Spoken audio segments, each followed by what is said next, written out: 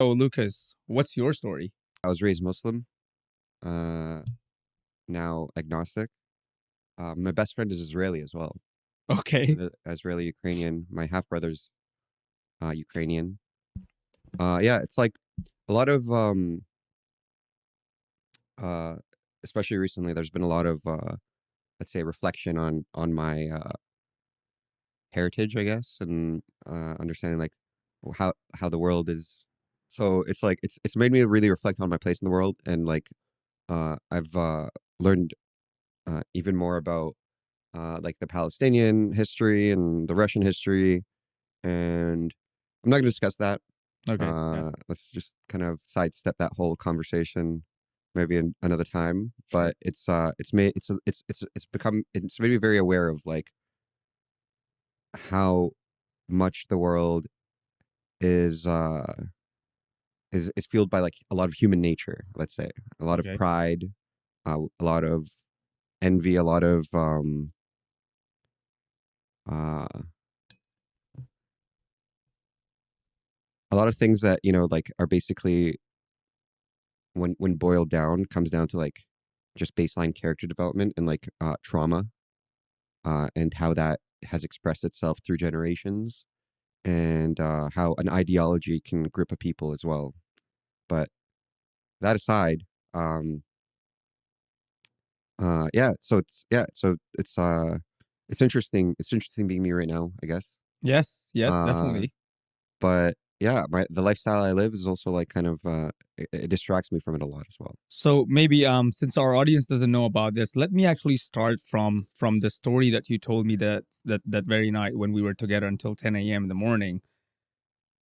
You mentioned that you used to work at Dollarama. Is that Yeah, correct? I worked at Dollarama. And somehow, if I remember the story correctly, just one fine day, just like that, you decided you're gonna quit. Yeah.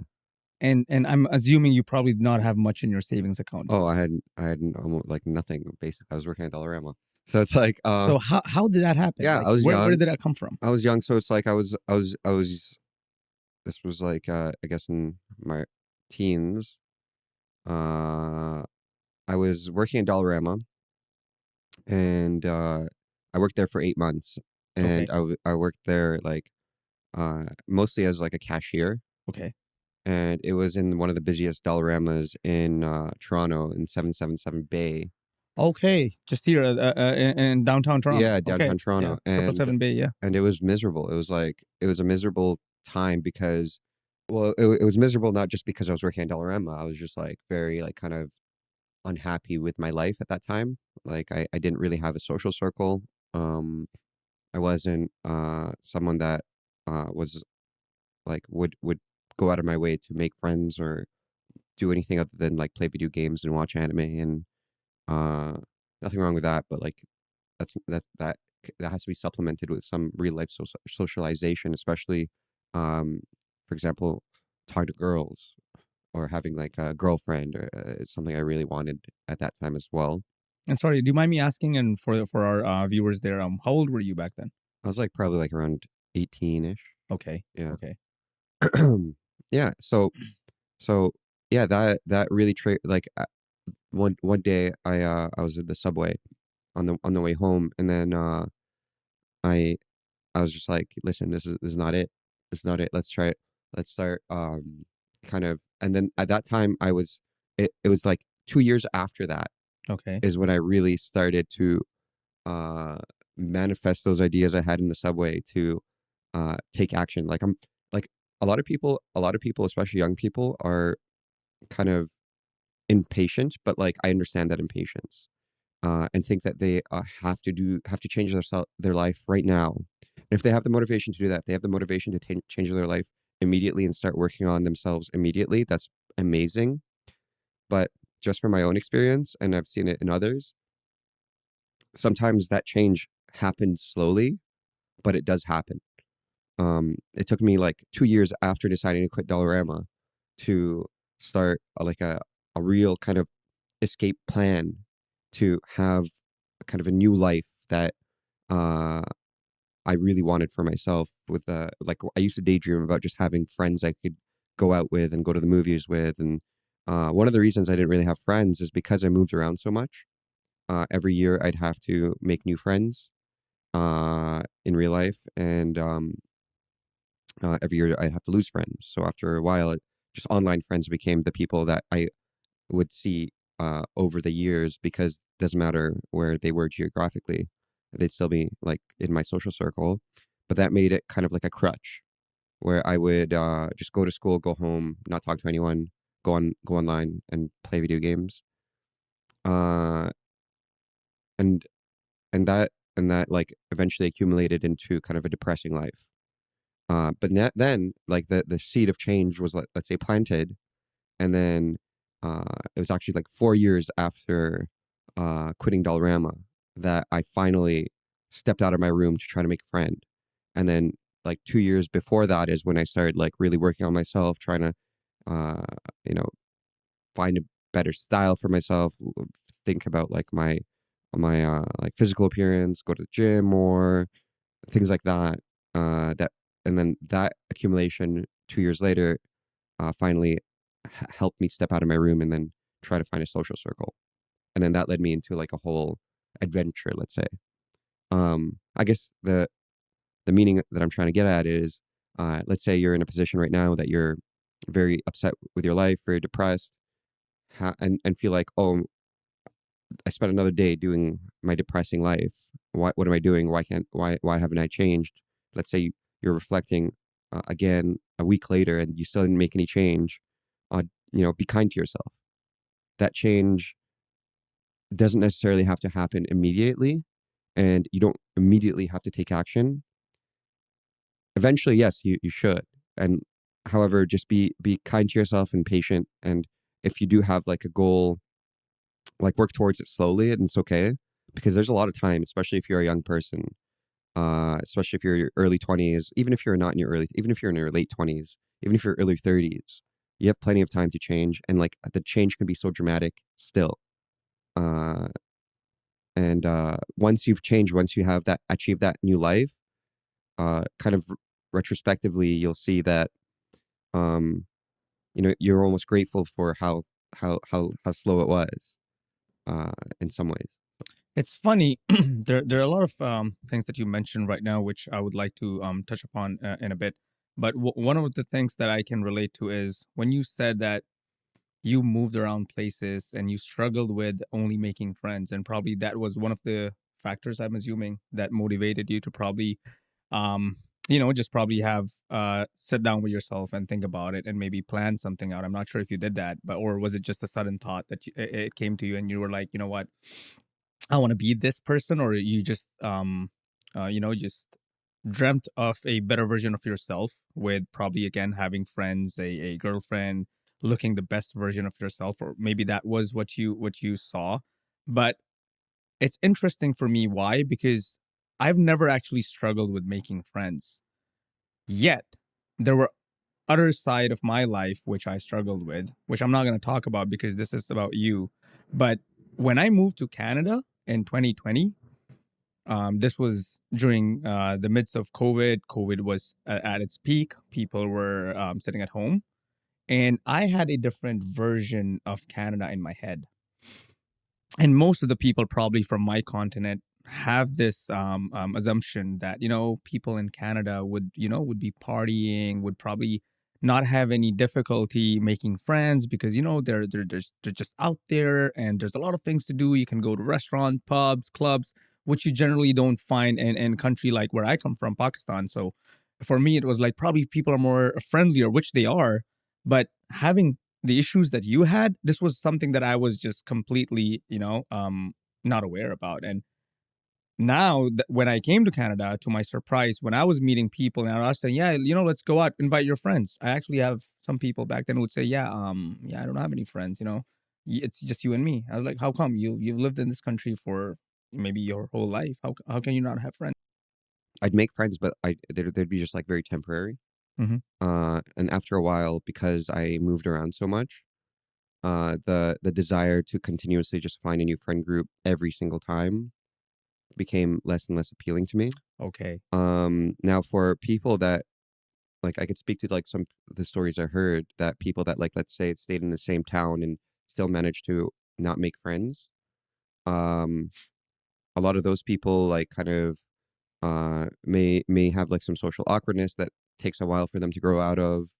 Uh, it's not necessarily untrue that you in Canada, it's like you could go out and make friends. However, like a lot of times people think that's just going to happen by osmosis. They're going to go out and like it's just going to happen to them. But you have to kind of like put in some effort sometimes. Like I speak to how I made friends when I finally made friends in Canada. Do you want to hear it? Like the story, I Yes, guess. please. Of So course, of course. so when I like left my room, let's say, I had no social media. I didn't have any friends. I didn't have like the only thing that would like my phone would only like kind of get a text message if it was like the phone company or whatever, just like messaging me or whatever, or like a family member. So uh the solution I came up with was literally going to like Yonge and Dundas, like the kind of the heart of Toronto, and walking around there and seeing what would happen. And like kind of immersing myself in around people. So I'd walk around and I'd walk around making circles. I'd go around the Eden Center and I'd just walk around, like kind of making eye contact here and there and walking past. I don't really have I had the desire to like, okay, this is gonna develop into something, hopefully. And I was like, I was out for like about 6 hours, By yourself. by myself. And, I ended up in a washroom of a university. It was called Ryerson back then. And then I was like pretty like satisfied with my 6 hours of walking around, Really. and kind of proud of myself. So I didn't want to stop. I wanted to like continue the day. So I Googled fun things to do in Toronto, and a nightclub popped up, like a fiction nightclub. And Yeah. at that time in my life, I never been to a bar in my life, a club in my life, never had alcohol in my life, barely been into any parties. Like the only party I went to was like this random part. It wasn't even really a party. So I just barely never even went to a party in my life. So I was like, screw it, I'm gonna go. I'm gonna go to this club alone and see where the momentum takes me.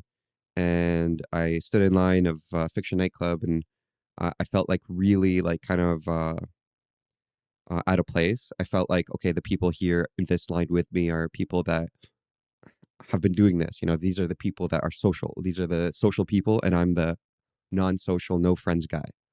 Uh, and I felt I stood out, and I had a lot of anxiety. And then I went through the line, went into the club, went to a bar, like the bar, and then I ordered a beer. I had my first beer, Canadian. And sorry, Lucas, you were all alone? Yeah, yeah, all alone. You stood in the line alone, you went inside alone, you took a beer alone. That Yeah, yeah. I had no friends. I don't. So I just went. I was just like, okay, I'm gonna just do it.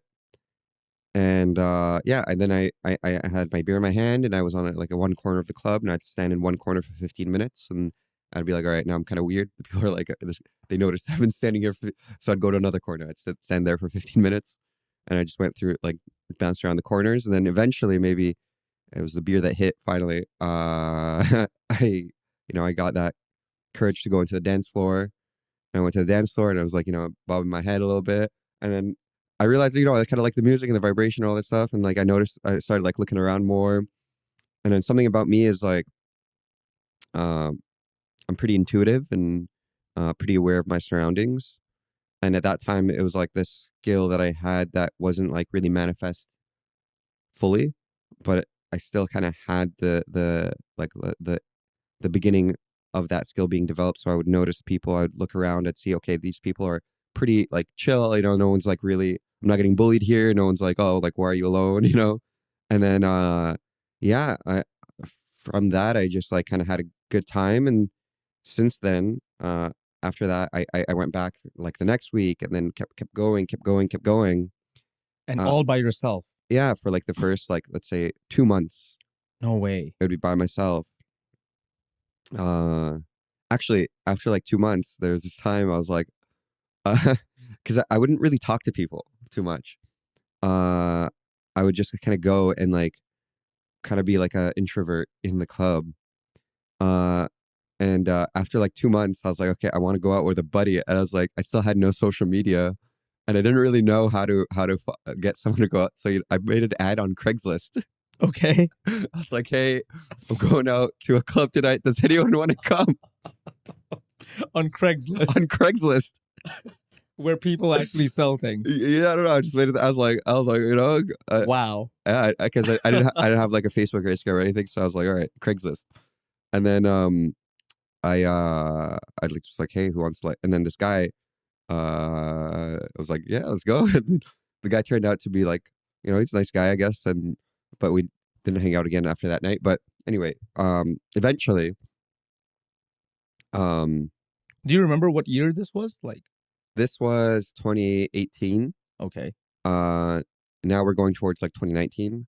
After like the 2 months, I turned a corner, and this guy stopped me, and then he was like, "Hey, do you want to come to this club for free?"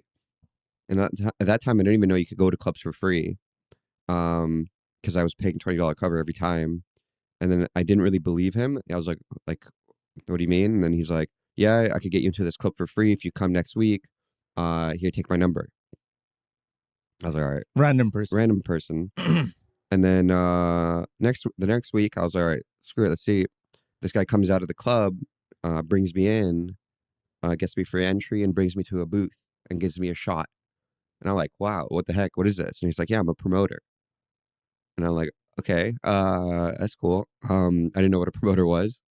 And then uh, on the way out, I see him again, and I'm like, "Hey, man, that was really cool. Thank you." And then he's like, "Hey, yeah, no worries. Me and my friends are gonna hang out Thursday at this club." And at that time, I didn't even know people went out on Thursday because I was only going Friday, Saturday. And it was Thursday. That's like, that's crazy, you know. And then I was like, "Okay, I'll be there." And then next Thursday, I go to that club that he recommended, and I see him, and I'm like, talking to him. I was like, "So what is this promoting thing?"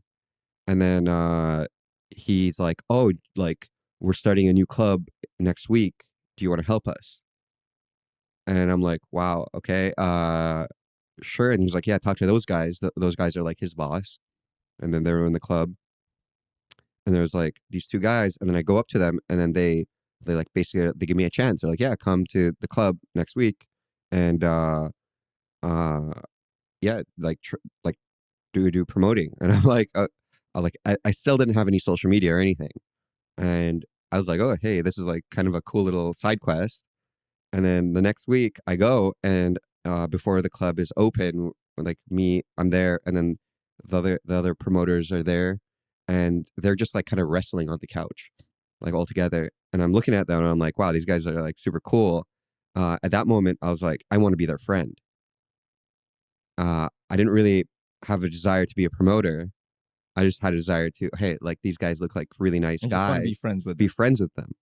So I go to them, and I'm like, okay, like I don't have social media. What should I do? And they're like, oh, basically just go to the street and like try to get as many people as possible to the club, mostly like girls, Hmm. because it's a club. Um, I'm like, okay, I want to do a really good job. I want to like impress them. I want them to like me. So I go, and I start like running down King Street and trying to get people to go to this club. And the first day I do really well.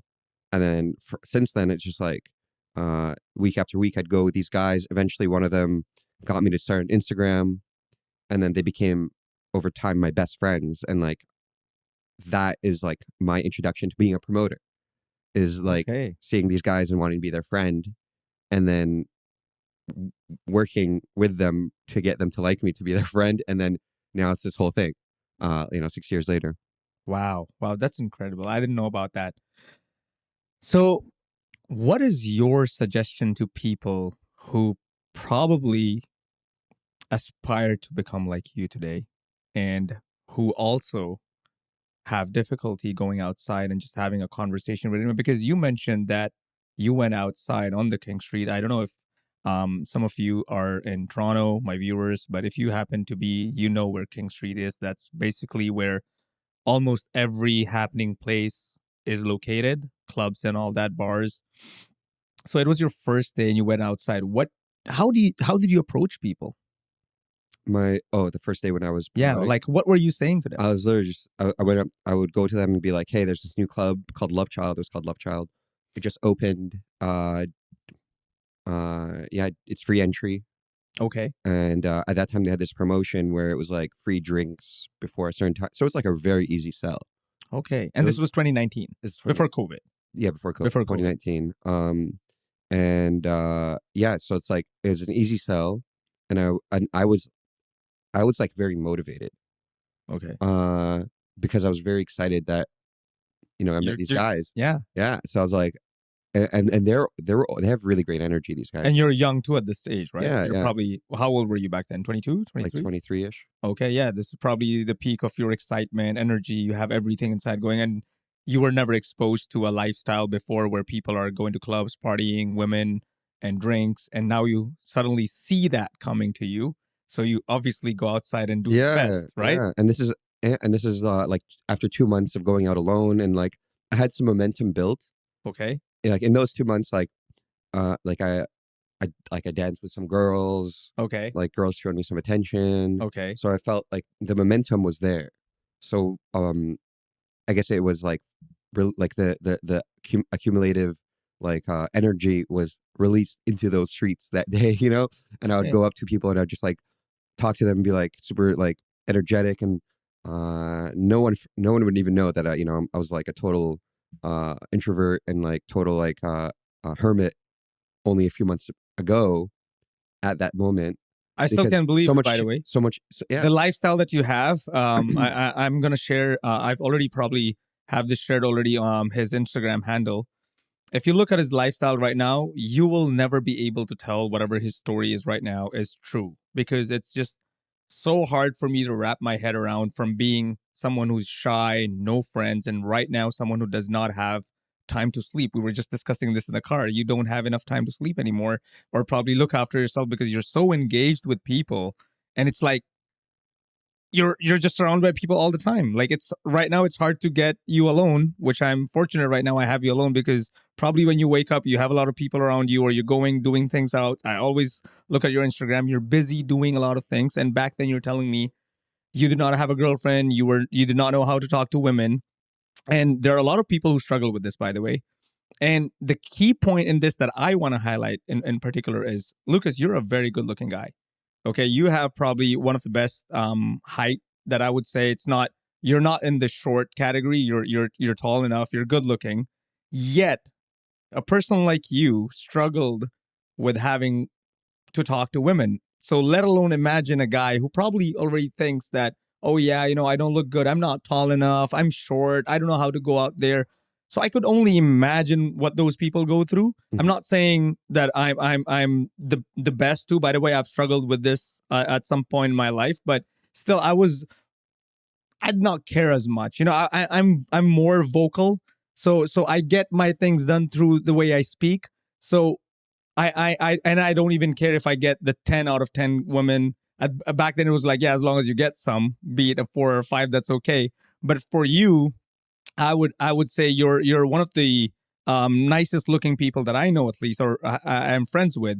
And someone like you to be sharing this story is very interesting, because okay, now you were not getting girls, or you were not just able to speak to them, and then now you manifested this, or you worked towards this, and then all of a sudden you saw this charm come towards your way. How did you handle that? Yeah, I think a lot of guys could relate to like the fantasy of it, Yeah. like especially if you're a guy that doesn't have that attention and you kind of desire it, you fantasize about it. I remember when I had like no friends and like no women in my life for like, again, like the first like 22 years of my life, like it was just not a thought. Or it was a thought, it was a desire, but it wasn't like something I thought I had. Like I didn't have it. So I remember I'd like be on my bed looking on the ceiling, like fantasizing this like crazy life with like, you know, I would like sometimes be like, damn, I wish I would wake up and I'd be like super good looking. And then I'd be like, oh, like what would I do with this like super good looking guy, Uh, and like fantasize about like having like girls attracted to me and all this stuff. So when I transitioned, I guess, into kind of embodying somewhat of that guy, um, uh, it became very like it was very stimulating, right? And there are negatives to it too, right? Because take a guy that had nothing, not well, not I won't say nothing, like there's people far worse situations, but like True. take a guy that didn't have that aspect of their life and then give it to him. uh I'm only human. Like I became like desperate for the validation of it, especially in the earlier years where I I needed I needed I wanted uh girls, guys to validate me so that I start believing more and more of this new character that I was. Um like I would want, like I would brag, like I would like tell my friends, yeah, all these girls liked me and all this stuff, in order to like, and then it would be incongruent because they'd be like why are you like, it's like why are you why do you have the need to brag about it? It's kind of like, Like, was it because it was normal for them, or was it because no, because it was like well, it wasn't so much that, it was just like, uh it was incongruent because it's like they're seeing this guy that or has it, and they don't really see that I didn't have it, so oh, they don't see why, like, and but regardless of that, it's like the bragging was like very like just for me to feel good about myself, for them to like validate it, be like, yeah, man, you're the man, you're the man? Yeah, or yeah. like even like girls to be like, oh yeah, you're so handsome, or you're so charismatic, or you're so charming, or whatever it is. I'd want to hear it so that I would believe it in myself, because I didn't for the longest time. And now suddenly I was getting the end end like results of it, and the belief was trying to catch up Okay, of me being that guy. that guy. And I and then to like kind of bridge that gap, I used like that method, which uh wasn't good, right? It wasn't a good method. It was just like, but now looking back at it, I like, I'm kind to myself. I feel empathy for that guy. I understand, like, it's like that guy was just like a baby, like it's Yeah, just like yeah. emerging into the world, and wanting to, and you know I'm glad I grew out of it. I'm glad I don't like have that desire uh to that degree. Of course, I'm only human still, but yeah. So it's like, I guess that is that's the answer to that question. It's like basically when I had that lifestyle, I initially it was just like a lot of it was trying to get myself to believe it, and believe that I'm that guy. Okay, so a couple of things that I want to touch upon what you said. First is you were going through this probably before the pandemic and before, I think you would agree to this, before when social media just blew out of proportion after COVID. Right now, like social media is so big that I think almost every girl or guy who's in their early teens are on social media. You were not. Despite them being on social media, the interesting stories that I see, or the people who face depression that I hear about or just get to know them, is because they want validation. They're seeking validation from people, and they tend to just put themselves forward in front of the world. And like you said, you were seeking validations from your friends who you were probably surrounded with at that time. Now people are doing that from people they don't even know. And being in that phase, what they do, and which I also used to do and still do, I still struggle with this, is wishful thinking, which means you're, like you said, you're lying down and you're looking at your ceiling and you're imagining yourself. I still do that, by the way. I still do that, which is, by the way, very recently, like a year and a half ago, I heard Elon Musk talk about it. What Elon said was, when he was asked, what is your suggestion or tips for the younger generation when if they want to do something. So the only thing he said is that a lot of people actually do some the wrong thing people actually do is wishful thinking. They just sit there and think they're the better version of themselves and be happy about it. And then once that thought is gone, they're just gonna do what they were doing. There was no action to it, Hmm. and I suffer from it till date because I see myself in a different place, but yet after that imagination and thought for an hour or two, or I'm driving, I'm listening to music, and I have this guy in my head who's probably the best version of myself, who's probably doing a great business, has a great family life, blah blah blah. Once I get off the car, it's gone, and I'm not doing anything to achieve that anymore. And that's something that I realized, okay, because I didn't know what you would call that, and that's Elon who put that word for me, that a lot of people do is wishful thinking and not do anything after that. Mhm. So you went out of the way. So that's probably a good learning for our viewers, because right now in this age in 2024, I think there are more people now out there who are seeking validation through social media. So what is your advice to kids or those people who are doing that? So I guess I'll speak to the wishful thinking first. Yes. Like for example, like let's just take you for example. Like Yeah. you said that you have these like fantasies and you're wishful thinking, but here you are. You started a podcast. Yeah. You're doing steps towards it. Yeah. So it's not necessarily wrong to have these like kind of fantasies and wishful thinking. I guess you have to observe yourself through a long period of time where you're um trying to understand whether or not like it's just like you're completely stagnated or progress is made eventually. um Back to what I was saying about how slowly like transitioned from quitting Dollarama to starting this a new life, social life. There's a long period of time there and there's a lot of wishful thinking in between. I'm sure. However, maybe that wishful thinking was like somewhat therapeutic or helpful, and maybe like that wishful thinking did somehow by you know baby step me into a new life uh through accumulated wishful thinking sessions, I guess. It's definitely Yeah. nice. I'm not saying it's not, because still did, like you put in a good word, therapeutic. It is, because just for a moment, you do kind of imagine yourself in a better state, better position of where you are right now from, and you go like, yeah, you know what, this is where I want to be. You probably have your headphones on. I'm not sure what you do. I have my headphones on if I'm not in the car. I'm listening to music and I'm just imagining myself, having this best version of my life, and it does help. It does kind of motivate you. But what I used to struggle with, or probably still do, is initiation. And like you said, starting this podcast is not as easy as it seems. Like, people probably think, yeah, everyone's doing podcasts, you can just go to a studio or get a camera, get a microphone, and start your own recordings, blah blah blah.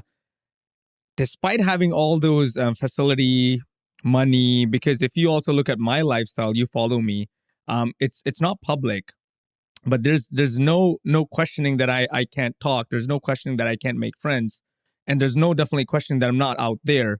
But still, for me, it was like, yeah, starting a podcast, talking to people, trying to get some really nice things out of them. I'm not sure if I can do it, and I had this for a very long time that I'm gonna start it. Like, I really, I tell you, this probably started in 2020 or 2021. Yet I did not have a concept, and I was like, yeah, people are not gonna like me. People, why would people want to hear me? I was just thinking about all of that, and I'm still saying that, and I'm still stressing on this fact. That night with you changed my life, because I sat there and listened to your story, and I was like, how many Lucas are out there? Now I want to know that. How many Lucas are out there who are not the Lucas of today, but probably the Lucas of yesterday, who are still out there looking at their ceiling, in their room, looking at the ceiling and saying, yeah, I could do this, I could do that. And then again, probably they get caught up in the worldly trap of just studying, working 9 to 5, their shitty fucking jobs, and then just be stuck forever in that phase. But then again, there are some people like you who say, no, I don't want to be this. I don't want to be in this position. I don't want to do this, and I want to do something else. And you just took that risk. I would call it a risk, because you said you had no savings. You were still earning minimum wage, probably paid your bills, rent, and food. You still went out there to expose yourself and give yourself that Yeah, I was chance. living in my parents' house, so Okay, yeah. okay. So yeah, so that's something I think our viewers can learn from you, is that, which you did at a very young age. I started at the age of 33 to do really what I want to do, and you did it at an early age. And today you're one of the um, you know known people, at least in Toronto. If you're in Toronto, I'm sure you're probably known elsewhere too. But if you're in Toronto and you do party, you do go to clubs, probably there's a high chance that you've seen this guy somewhere. Okay, and that's really amazing. I have actually friends. I feel proud about it. I'll be honest with you. I feel proud about it whenever I tell someone about my friends who are doing well. Not you in general only, but anyone out there who's doing well. And I know I'm a friend of them. I kind of take a little pride of it, because I know them. And when I say I know someone, I know something about them. Mm. Even if that's a fraction of your life, I know about them. So with you, it actually started after my birthday. I did know you for probably last 2 years, but I 2 or 3 years, but I did not know the Lucas who's a friendly Lucas. I know the Lucas who's partying. I know the Lucas with girls. I know Lucas who invites everyone, but I did not know the Lucas who you were until that night. So that's actually my motivation. Well, yeah, thank you for those words. Yeah. Yeah, it's nice to know you as well. You're a great guy. The I would say this for like to speak on like the first thing you said about like the guy that's like stuck in his 9 to 5 or doing school. I would say that it's not necessarily the wrong path either. You know, it's Okay. the lifestyle that, you know, kind of I've tried transitioned into definitely has its pros and cons. I'm sure. And it's not like entirely like um you know, it's like also it is a risk, you know. It's like in order to like how I developed it into something uh for the first like years of doing promoting, like I didn't make much money at all. In fact, I was like basically living like, you know, like flying by the seat of my pants kind of thing, you know. And I almost had like an irresponsible mindset that worked out where I was just like on a giant adventure. To touch on like that first part where it's like about that guy that's doing his 9 to 5 or in school and wants change in his life, but it's like kind of a nebulous change to want to be uh kind of maybe have a better social circle or a girlfriend or just like a happier kind of lifestyle. The way I went about it was kind of like, as you said, risky. Um, but when I did it, like there's something about me that I'm kind of like I take risk, and when I take risk, I don't really have a plan. Okay. I just have uh, like a direction. Okay. Let's say like when I left my room to make a friend, go and start being a club promoter, I guess. Yeah. At the time when I was started doing the club promoting for like, I didn't make much money at all. I didn't have much money, and Okay. I was like approaching my mid 20s. And you know, I dropped out of school. I was studying in school, university, and I dropped out. So I didn't really have like a plan of like career success or financial success. Um, but I didn't care about that. I just wanted a cool, fun lifestyle around people, and uh, yeah, I just wanted fun and and happiness. And the way I was achieving that was living the lifestyle of a promoter with these guys that I just met that were really cool and kind. And I got really lucky. You know, I got really lucky turning that corner and getting approached that one guy. Very easily, uh, I could have never turned that corner, or very easily, it could have been another guy that turned out not to be a good guy. True. Um, very easily, I could have been put in a very financial stressful situation, or maybe had this like something that I had to pay for that I couldn't pay for at that time. But thankfully, that never happened. So thankfully, I never like never I was barely making it, but still making it, and that's like a very fine line to kind of live your life by. And it's not something I would even like kind of recommend. Okay.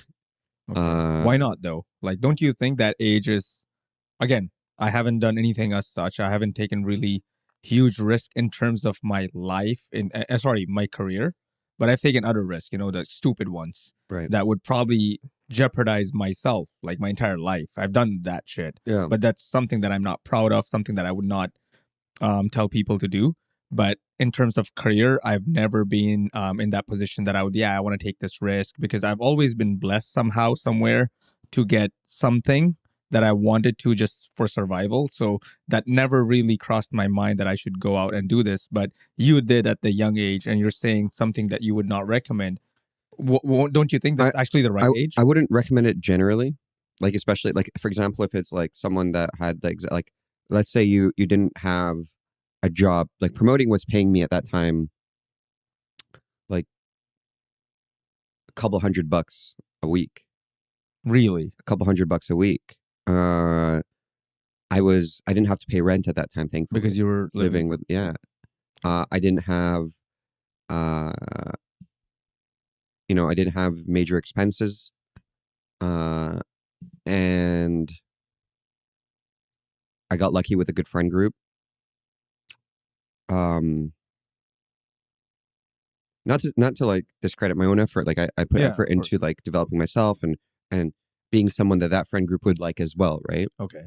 However, to generally recommend it is is like a like basically uproot your life, Approving it, yeah. have no savings, have no kind of foundation in which you're developing yourself off of, Okay. but just YOLO, Okay. and live off $200 a month for essentially like the first like couple years Okay.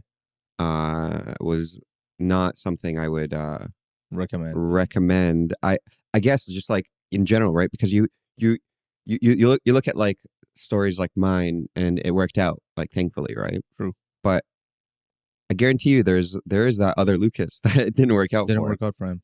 Do you know someone? Like probably who Not wanted to. not personally that I could like just like be like, okay, this person like kind of did the same thing and the same thing, but I'm sure we can think of people that kind of took a risk and it didn't work out, and then they however, I mean, as long as you're not dead or in jail or whatever, Hmm. living in Canada, you do have a lot of safety nets.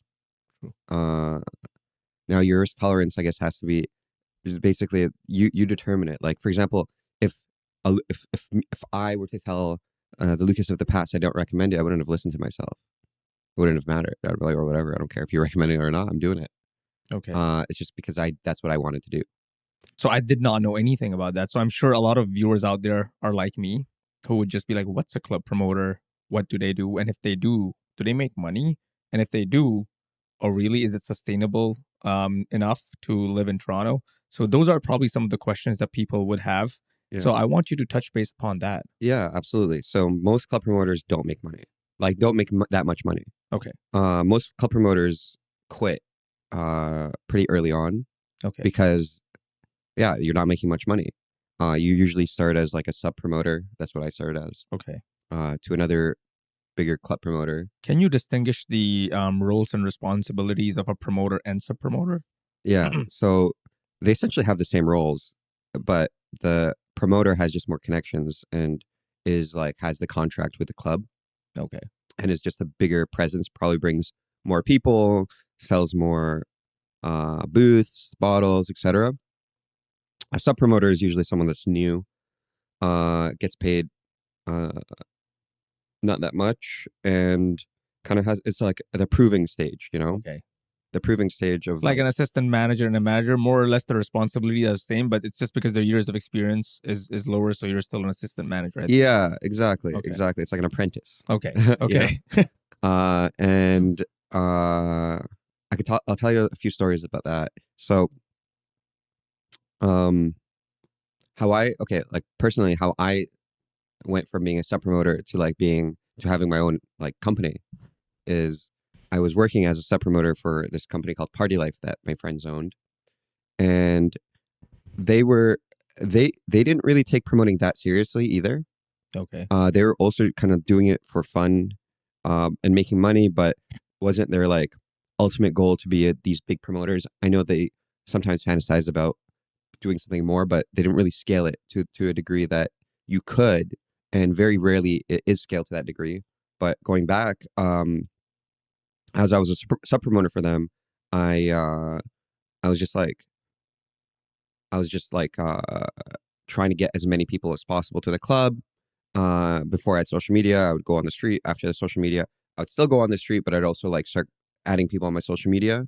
It wasn't until like 2 years later, like uh, basically when COVID hit, uh, the guys I was working with, they basically stopped being club promoters. COVID hit, the clubs were closed.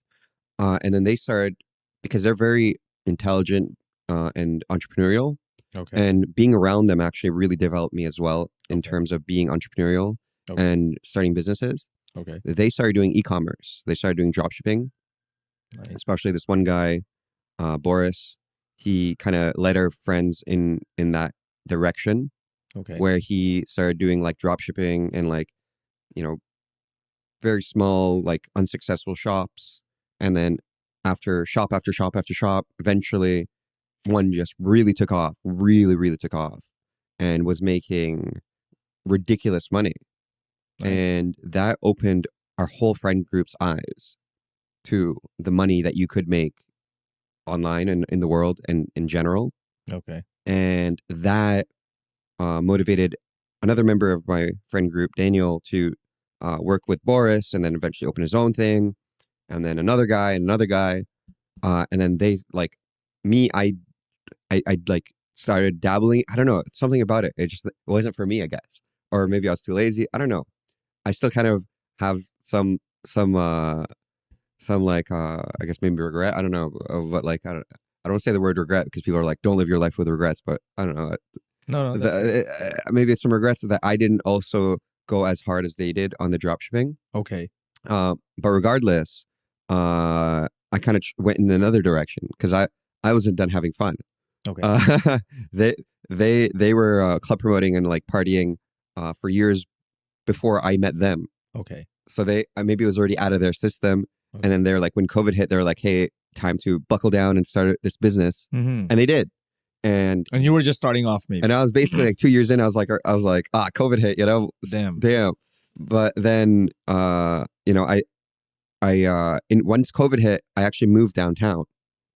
Oh, where were you before? I was at my parents' place, North York. North York. Okay. Yeah. Okay. So So you would come every weekend? yeah. Okay. I would come down, and then I got my place in North York. I'm sorry, downtown Toronto. Yeah. And right like September of like the first September of COVID, everything's locked down. I'm in my place, and I'm like, yo, let's keep this going. Let's keep partying. Basically, Oh, so you did continue. I started like hosting parties in my place, and like started like, and then I started hanging out with these other guys that partied, and like the guy like had a penthouse or whatever, and then we'd throw like, and then yacht parties and stuff like that. And then because I kept going with which, by the way, looking back, like at that time, I I was like kind of like an anti-vaxxer. Okay. I'm not an anti-vaxxer anymore.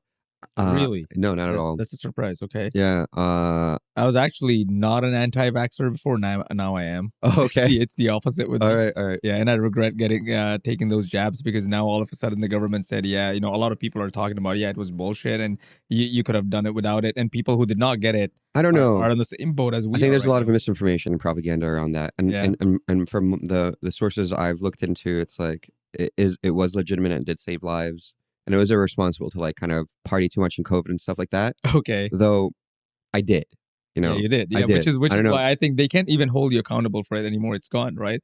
Even if I you, guess, but like, but you know, I was like kind of like this guy that was like, screw it, I want to party, I want to have fun, okay. so I did, and um. So you would host parties. I would host inside. parties. I would go to parties. I Okay. would collab with parties, and we do big things like penthouse, red carpet events, fashion shows. Wow. We do During COVID. yeah, but I think once the restrictions lighten up a little bit and they put like Okay. a capacity. This of is like probably September-ish. No, you're talking or October of well, 2020. this is like when it started, but then it eventually like snowballed into like, I guess COVID was a long time. Yeah, it was there for 2 years. Yeah. So I guess I'm just talking about the whole whole Okay. timeline. So Anyway, point being, sorry, yeah. point being, Please continue to have a question. yeah, the point being, I kept my social media presence as someone that is partying. And this is after about 2 years prior where I was partying as a club promoter and posting stories and hosting parties. And I started developing a presence online because I guess I had a talent for socialization that I was like kind of discovered through actually being in social situations. Mhm. And I became very like, I'm charismatic and people liked hanging out with me. And then when COVID hit, I kept that going. And then that developed into something more. Now going back to my friends, they stopped their club promoting company. So now I knew about club promoting still, right? And once COVID started, like, once it stopped and clubs started coming back, some of the owners of the clubs messaged me and asked me to work at a club. I didn't have a company I was working for, so I started my own, right? And then that's how I transitioned to being like the main promoter. Okay. And then that grew, and then my personal brand grew, and then I started doing more social media. Then I started doing TikTok. I Mm-hmm. blew up on TikTok through a podcast, and then that snowballed and snowballed and snowballed.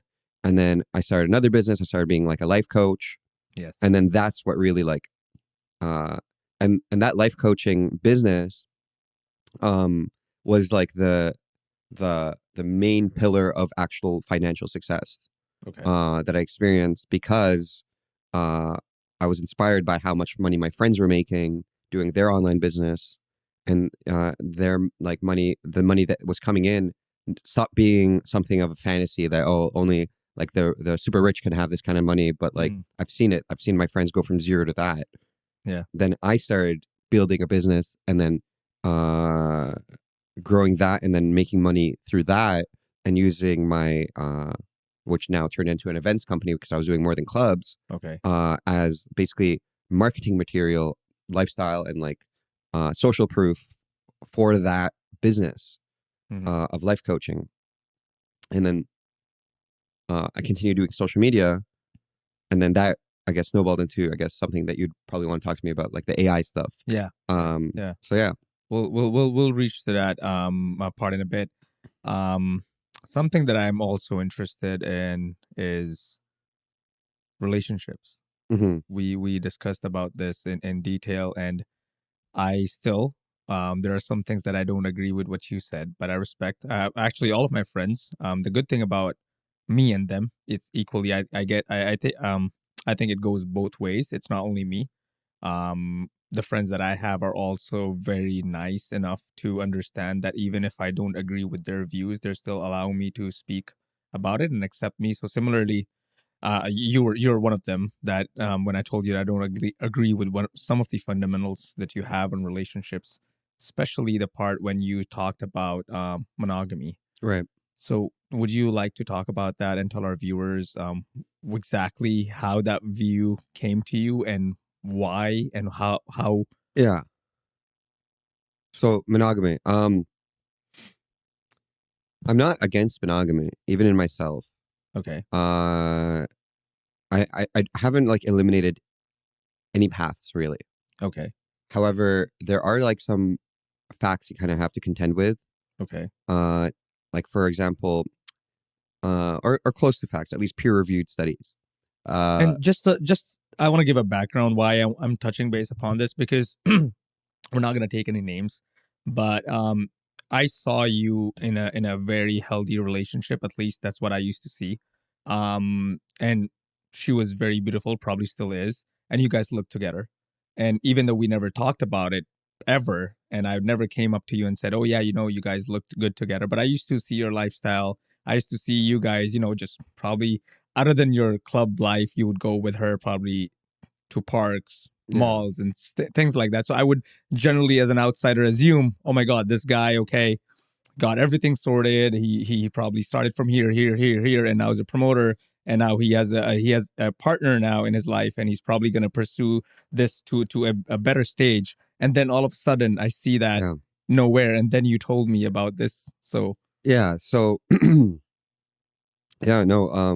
It was a beautiful relationship, and I also thought that it was gonna go into like marriage and uh a life together. Um, However, uh, after a certain point, I realized that um, like I was unsatisfied with the relationship, uh, basically because I, and this is what I was going to talk about uh, right before, where the some things that you have to contend with are like, I was promiscuous, very promiscuous before I'm her. not aware of that word. What does that mean? It's Sorry. just like I've had a lot of sexual partners. Okay. Okay. Um, and in that period before meeting her, and what a lot of the viewers have to understand is, a lot of it is like a lot of guys want to have like a high body count or whatever, and maybe it's like a almost like a badge of honor that you're a successful man, but it's not necessarily true, and you have to some things that you have to understand, and this is the consequence of me kind of living by the just like YOLOing it and not really thinking too deeply about repercussions Hmm. is uh, the more promiscuous that you are, the less likely you are to want to be monogamous. The more likely you are to cheat. The more likely you are to want to have multiple partners, or um, you know, maybe unsatisfied with like kind of the traditional uh, sex life or traditional um, relationship. Not saying that it's impossible. Not saying that everyone is affected that same way, but I was. Not initially, but over the course of like a year and a half, uh, maybe somewhat later than that, I became uh, uh, unhappy with my sex life, unhappy with just like wanting more, wanting to be with more partners, you know, and that was incongruent with what she wanted, Okay. uh, Which is which is fine, which is fine, and obviously. Yeah, it's obvious too, right? Being a woman, mostly, I'm sure all women and men would not want their partners to cheat on them, yeah, or at least be with someone else while they're in a relationship. That's very very normal. So I don't think 100%. she was asking for anything wrong. Yeah, I totally agree. Yeah. I totally agree, and um, I didn't want to cheat on her either. Yeah, that was one of the good things that you told me, that you did not want to. So which is why, sorry, continue. So, which is why I also didn't want to grow resentful of her, and I also didn't want her to be with someone that I knew. Like, I didn't want her to be with someone that she thought was someone that wanted what she wanted. Okay. Uh, so when I like decided, like, okay, like, no, I don't want this lifestyle, and I want another partner uh, that may be more compatible with the lifestyle I want. Hmm. I broke up with her. I didn't cheat on her. Yeah, you told me that. Uh, and that was a very hard thing to do. But Um, I'm not gonna say if our viewers agree or not on your ideology, but I still think if that is to happen, if someone thinks like you, this was still the best thing that you could have done. Like without cheating, yeah, breaking up, right? yeah. Yeah. Um, it was a thing I did. Um, now I will say maybe I didn't put in the maximum effort to work things out. Maybe I could have put more effort. I am kind of impulsive. And sorry, in what way work things out? Like, Like I don't know, like maybe there is a possibility that I would have developed back into wanting just to be monogamous with her, but okay, it was uncertain, and I was um pretty certain that I wanted to not. okay, Um, Reflecting on it now, it's like who knows, but ultimately it's a decision I made, and I do think it was an ethical decision at like at that point in at time. that point. Hmm. So regardless, uh, like I guess back to what the point I was trying to make is if you're a guy that is trying to understand or try that wants to like let's say have a promiscuous life or have a lot of partners, Hmm. this is kind of like a risk you could take. This is a risk that a risk the consequences of a risk that you could take Okay. is that you may not be satisfied with monogamy, and a lot of guys how they express that unsatisfaction or dissatisfaction is by cheating. So they may realize like down the line they're with their partner, and then they do want to uh, have relations with other girls or whatever, so they just cheat on their partner in order to like kind of satisfy that desire. and it's just not the road I wanted to take, and as a warning, I guess maybe like if you're a guy right now that like fantasizes about a monogamous life with, like that traditional life, house, dog, wife, kids, Hmm. living happily ever after in that setting. Uh, Not saying it's impossible, but it's harder to do when you're promiscuous. Okay. Just like it's like studies have shown. Let's say could put a study up.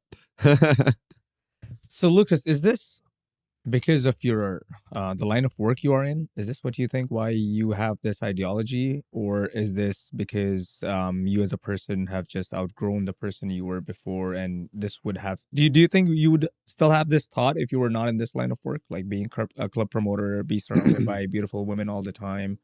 Do you think you would think like that, or It definitely played an effect, right? It's played a role. I'm like throughout my relationship with her, I was still promoted, like I was okay? still like Yeah, in the club. There were women around me. Um, she used to actually support you too, she used to support sometimes, right? me, yeah, She would be there. yeah, she would be Yeah. there, and like some girls would hit on me and stuff like that as well. I wouldn't reciprocate, um, but yeah, You said you wouldn't, right? I wouldn't know. Yeah. And then yeah, that's like I'm a human being, right? The that probably did play an effect and play a role in me wanting to uh be with other women over time. However, I don't think it was the main role that it was. I Okay. think it was more so like the past promiscuity. But definitely if I wasn't in that line of work, it could have been different potentially.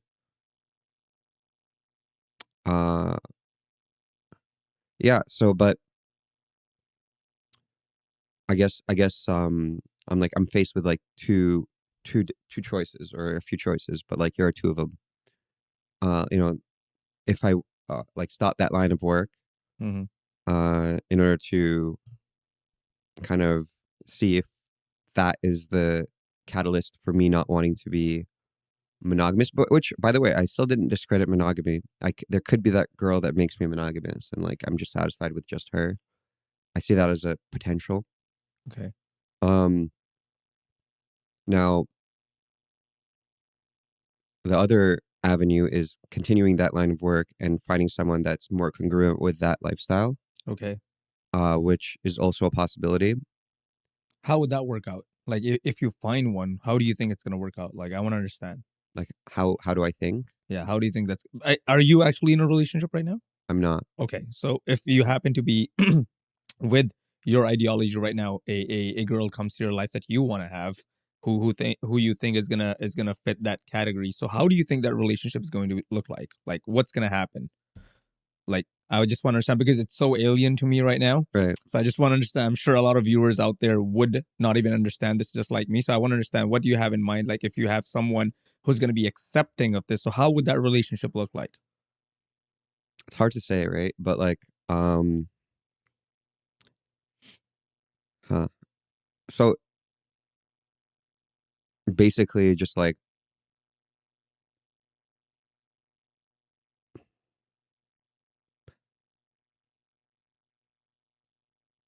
how I would want it like an ideal world, let's say. Um Now the girls that would be okay with this are like very far and few and like very rare. I'm not saying they're better or worse than any other girl. They're just like through like data, they're rare. Um, Have you come across some? yeah, there's some girls that I have, but like I would also like it wouldn't just I wouldn't just want them to tolerate or like be okay with it or even want it. I'd want to like them as a person, right? I'd want first to be in love with someone that meets the criteria that I'm looking for in a partner, Okay. that is also okay with me. Uh, I wouldn't like sleeping with other girls, basically, Okay. here and there or whatever. Um, But just for my confirmation, you wouldn't want her to be like that, right? no, not necessarily. No, Not necessarily, or no, no, right? Yeah, I mean, as a man to man, right? You wouldn't want your partner. a female partner to be doing that. I get where you're coming from. There's a lot of context to why men do this, why they have these urges. But again, as a partner, you would not, if she's okay with that, but you would not have the same mindset that if you're out with someone, she's also out with someone, right? Just to for my confirmation, that's not what you're looking for, right? No. Okay. Um.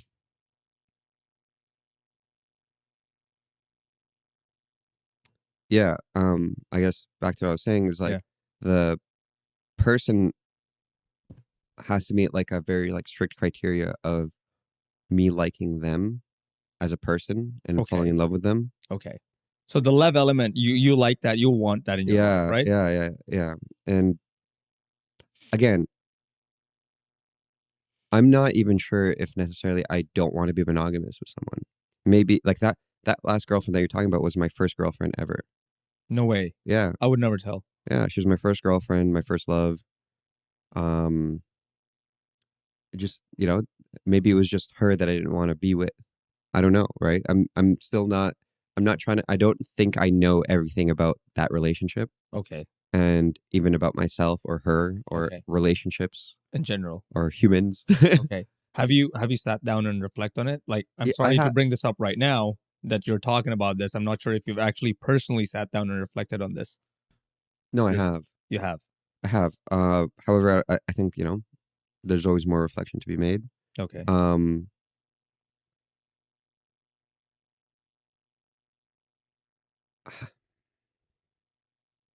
yeah, so I guess it's like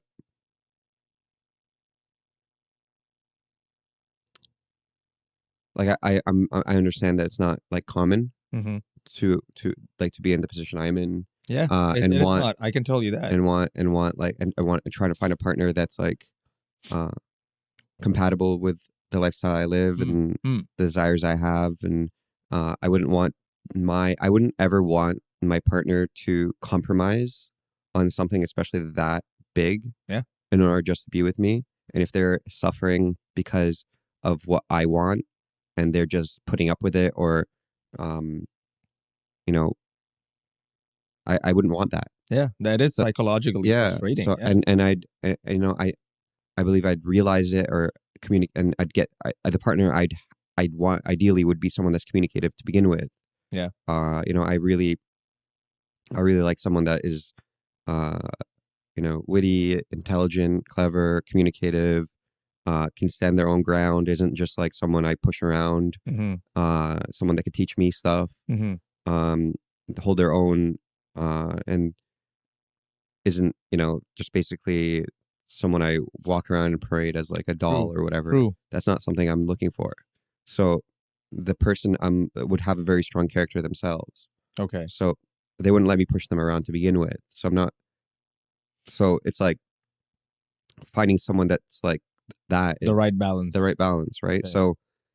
So yeah. I mean, I'm not too stressed about it. I'm kind of going with the flow. I'll see where it Yeah, goes. makes sense. Yeah, you're still young. I think you have. Um, I'm not gonna say you have, and I'm not gonna say you're too young to be being indecisive. But we've seen people being indecisive until their early 40s, and somehow somewhere they find what they need in life and in a partner. So they're also doing okay for themselves. I think I can name a few.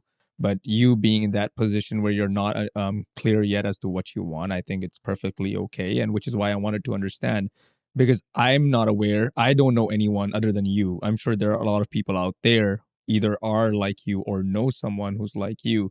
So I just wanted to highlight this part of your life, to make them understand that there are people like you, and if you are somewhat, or if there's someone who can relate to you, at least they have the decency of what you did and how you discussed this with your partner. Which actually brings me to one more question. Let me know if it's too personal for you. You can choose not to answer.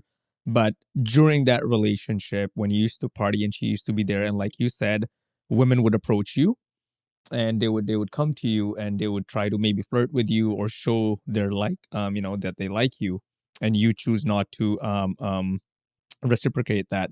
How would the conversation go with your girlfriend at that time when you guys went back home, or even in that setting? like when I was How would she take that? How would she take women coming to you? And you're not reciprocating, but still, as a woman, I know it's very hard to even accept that she your man is in my last surrounded. relationship. Yeah. So she was very trusting of me for Okay. good reason. I was Okay. trustworthy. Okay. Um, Obviously, and she was a very strong person. I don't know how much I want to talk about her, Yeah. Yeah. but Yeah.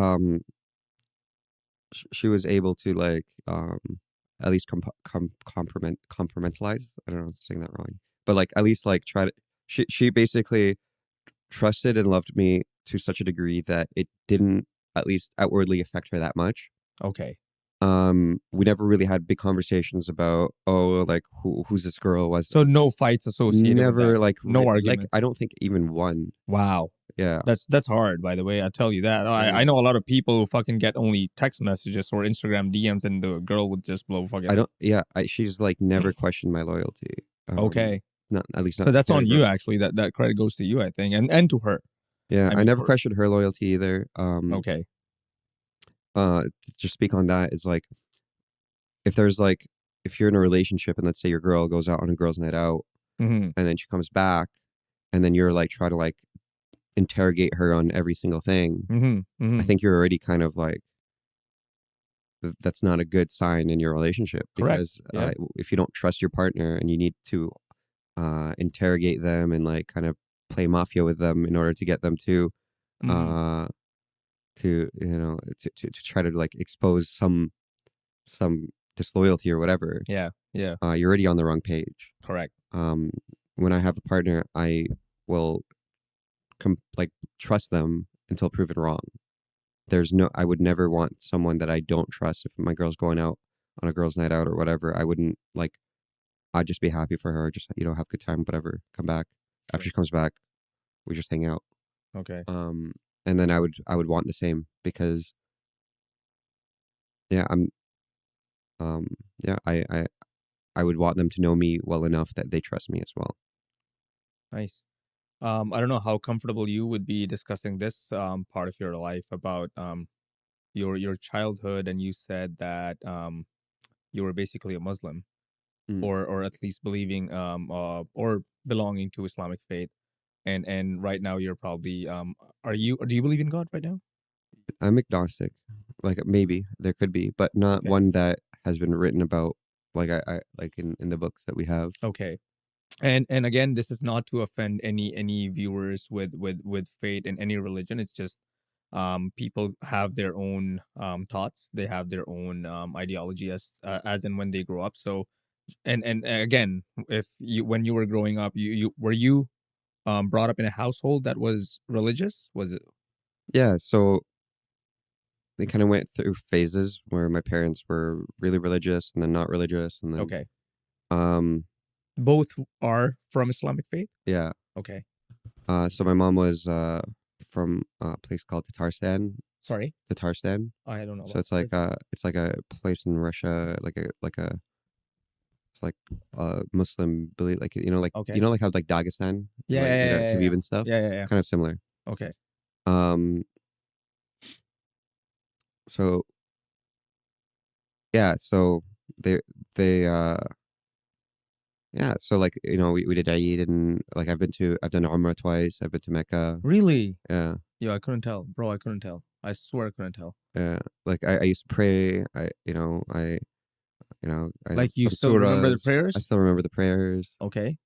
Um, I know them because I've lived in Pakistan, right? I'm not from the same faith, but I know about the prayers. I know about because my I've been surrounded with them, mhm, and my 95% of my friends are probably Muslims. right. So I know about everything: the Ramadan, the prayers, the 5 times, and I know all of that. So I'm really shocked to know that you also are from the same. So how was your childhood with that, and when did you actually probably just um did not when was the time you stopped? Stop believing. Yeah. Um, so for the majority of my like uh uh for the majority of the time I was growing up, like I was definitely a Muslim and definitely believed in, all the um pillars of Islam and like Yeah. what people believe in. Yeah. Uh, it wasn't until I was like 18, maybe 19, that I started to develop out of it. The same time around, you were probably just exploring your life and what you want to yeah. do. Okay.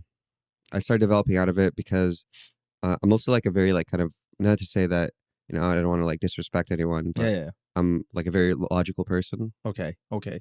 and I started like learning about evolution and Okay. scientific method, and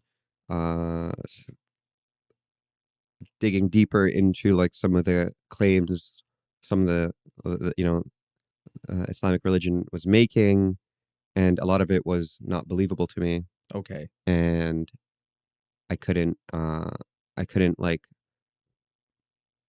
be honest with myself and still be a Muslim Okay. over a period of time because it just didn't make sense. Okay. Um, yeah. So, but like growing up, I was, I was Muslim. Sorry, I was Muslim, and uh, I living in the Middle East. I lived in the Middle East. Lived in Jordan like 3 years. I lived in This was Jordan, right? Middle East. yeah, Jordan, Saudi Arabia, Okay. Emirates. I lived there, and yeah, it was like, for example, Saudi Arabia. When I lived in Saudi Arabia, I think I was like 16 or something. Uh,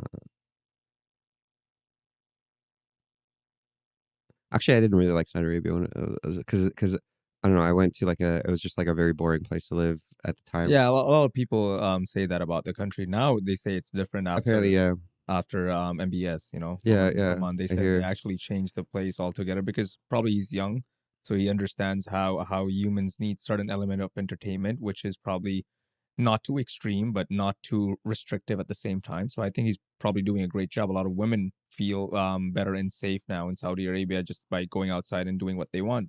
right. Before, in your time, I believe, if I'm not wrong, till that time, hijab was still something that Yeah, was yeah, yeah. 100%. Like I remember going to the mall in Riyadh, and the Islamic police surrounded like this woman that was wearing like, she was wearing like a headscarf, but it wasn't like over, like fully on her. It was like Yeah. kind of like Yeah. halfway, and they made a circle around her, and then they started doing this action.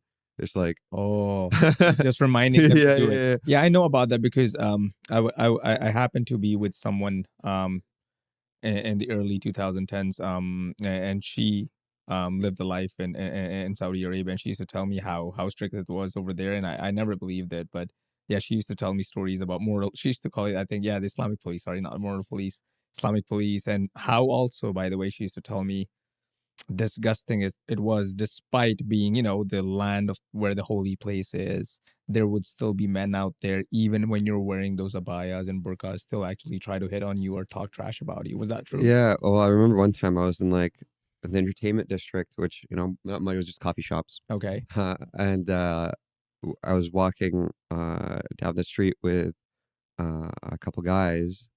Uh, this because I went to an international school, Okay. and Oh yeah, she went also to an international school. So yeah, is that a big thing over there? Like they have this compounds to where a lot yeah. of I think foreigners. most people go to international. I don't know about most, but like international schools are like the thing. Which one were you in? Al Faris, Okay.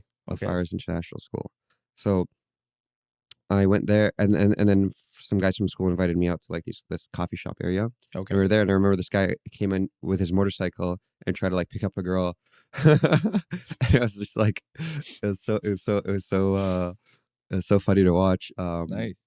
It didn't work out, but it was funny to watch. So yeah, I could only imagine for a guy like you who probably is young and you want to date, and that's probably not the option there, right? Yeah, yeah. Especially at that time, I was very socially awkward and like kind of still Yeah, like in my teens. introvert phase of life. So yeah, it wasn't even a thought. It was just like, and the school was separated male female. Like there's no girls in my Damn, yeah, Lucas, I could not tell looking yeah, at your lifestyle that you're any of those. Whatever you mentioned, like it's really really mind-boggling that I when I think about it, because I'm not even in that lifestyle that you are in right now. Right, you would agree to that. I'm not exposed to nightlife all the time. I do love clubbing, partying, and I do it the most. That's where all my money goes. But still, where you are right now, it's like to the extreme. And but when where you come from is also an extreme side of the other end. Yeah. I don't come from the extreme side of the other end because I was born in Philippines. It was a much liberal country in terms of dating, looking at women, talking to them. Although my family was a little conservative in that aspect, and then all of a sudden, at the age of 15, we moved to Pakistan, which it was like, what the fuck? I can't talk to women. Then I was exposed to this culture. Oh, men and women can't sit together. They have, either different classes, or even if they're together, they're like far apart from each other. And even since this personality of me talking to people is there since childhood, so I would actually go out of my way, try to talk to women and impress them and just do crazy shit. And boys would judge me, teachers would judge me. They would actually go to the fucking principal and complain about me. This guy is talking to a girl. And I was like, what the fuck am I doing wrong? I'm just talking to a woman and she's talking back to me. It's not that I'm, chasing her and trying to harass her. We're having a fucking conversation. She's okay with it. What's your problem? Hmm. And they would complain to my father. And my father supported me back then. He was like, yeah, my child's not doing anything wrong. Yeah, sure. But he would just say, don't do it. You know how these people are. Just don't do it. But then again, I was exposed to some element of restriction, but that was because I already saw the other side and I could put two and two together that this is not something right, or this is not how the world is. Hmm. But then again, I went with the flow and I never complained about it. I just found my way on how to date women in that situation or in that atmosphere. But you coming from an extreme side and right now you're on the other side, Right. I could never tell that you were from there, you know? Yeah. Yeah. Yeah. Um, Definitely. It's like the pendulum swings, right? Yeah. Um, I'm kind of just in the middle of the pendulum and doing this. You actually went here and then now you're the middle is here. pretty good place to be. It's like equilibrium. Really? Um, I guess, however, like if you swing one direction or the other direction, as long as like you survive the swings, Yeah. you kind of get more perspective. Hmm. Of course, there's consequences sometimes as well, but the yeah, the I growing up Muslim, but and then being exposed to like a very traditional, like conservative lifestyle, Hmm. especially in Saudi Arabia, and then however, like people in Saudi Arabia would talk to me like about like these private compound parties back then Yeah. and stuff like that. And there were some guys in the school I went to that would always talk about like drinking on the weekends and going to these like private compound parties, which was basically nightclubs, with a lot of like um a lot of like the international people would Okay. go there and stuff like that. I Uh-huh. never went to one, but I would always hear stories of Why? these. Like I was just never like attracted to it? social enough to do like Okay. to those guys weren't really my friends were kind of like more nerdy or Oh, okay. Okay. you know. Were you good at school though? As a I kid? was decent. Yeah, I was good. I was Yeah. like, pretty studious and stuff. Okay. Okay. And then not too What bad. was your favorite subject, if you don't mind me asking? Favorite subject? Yeah.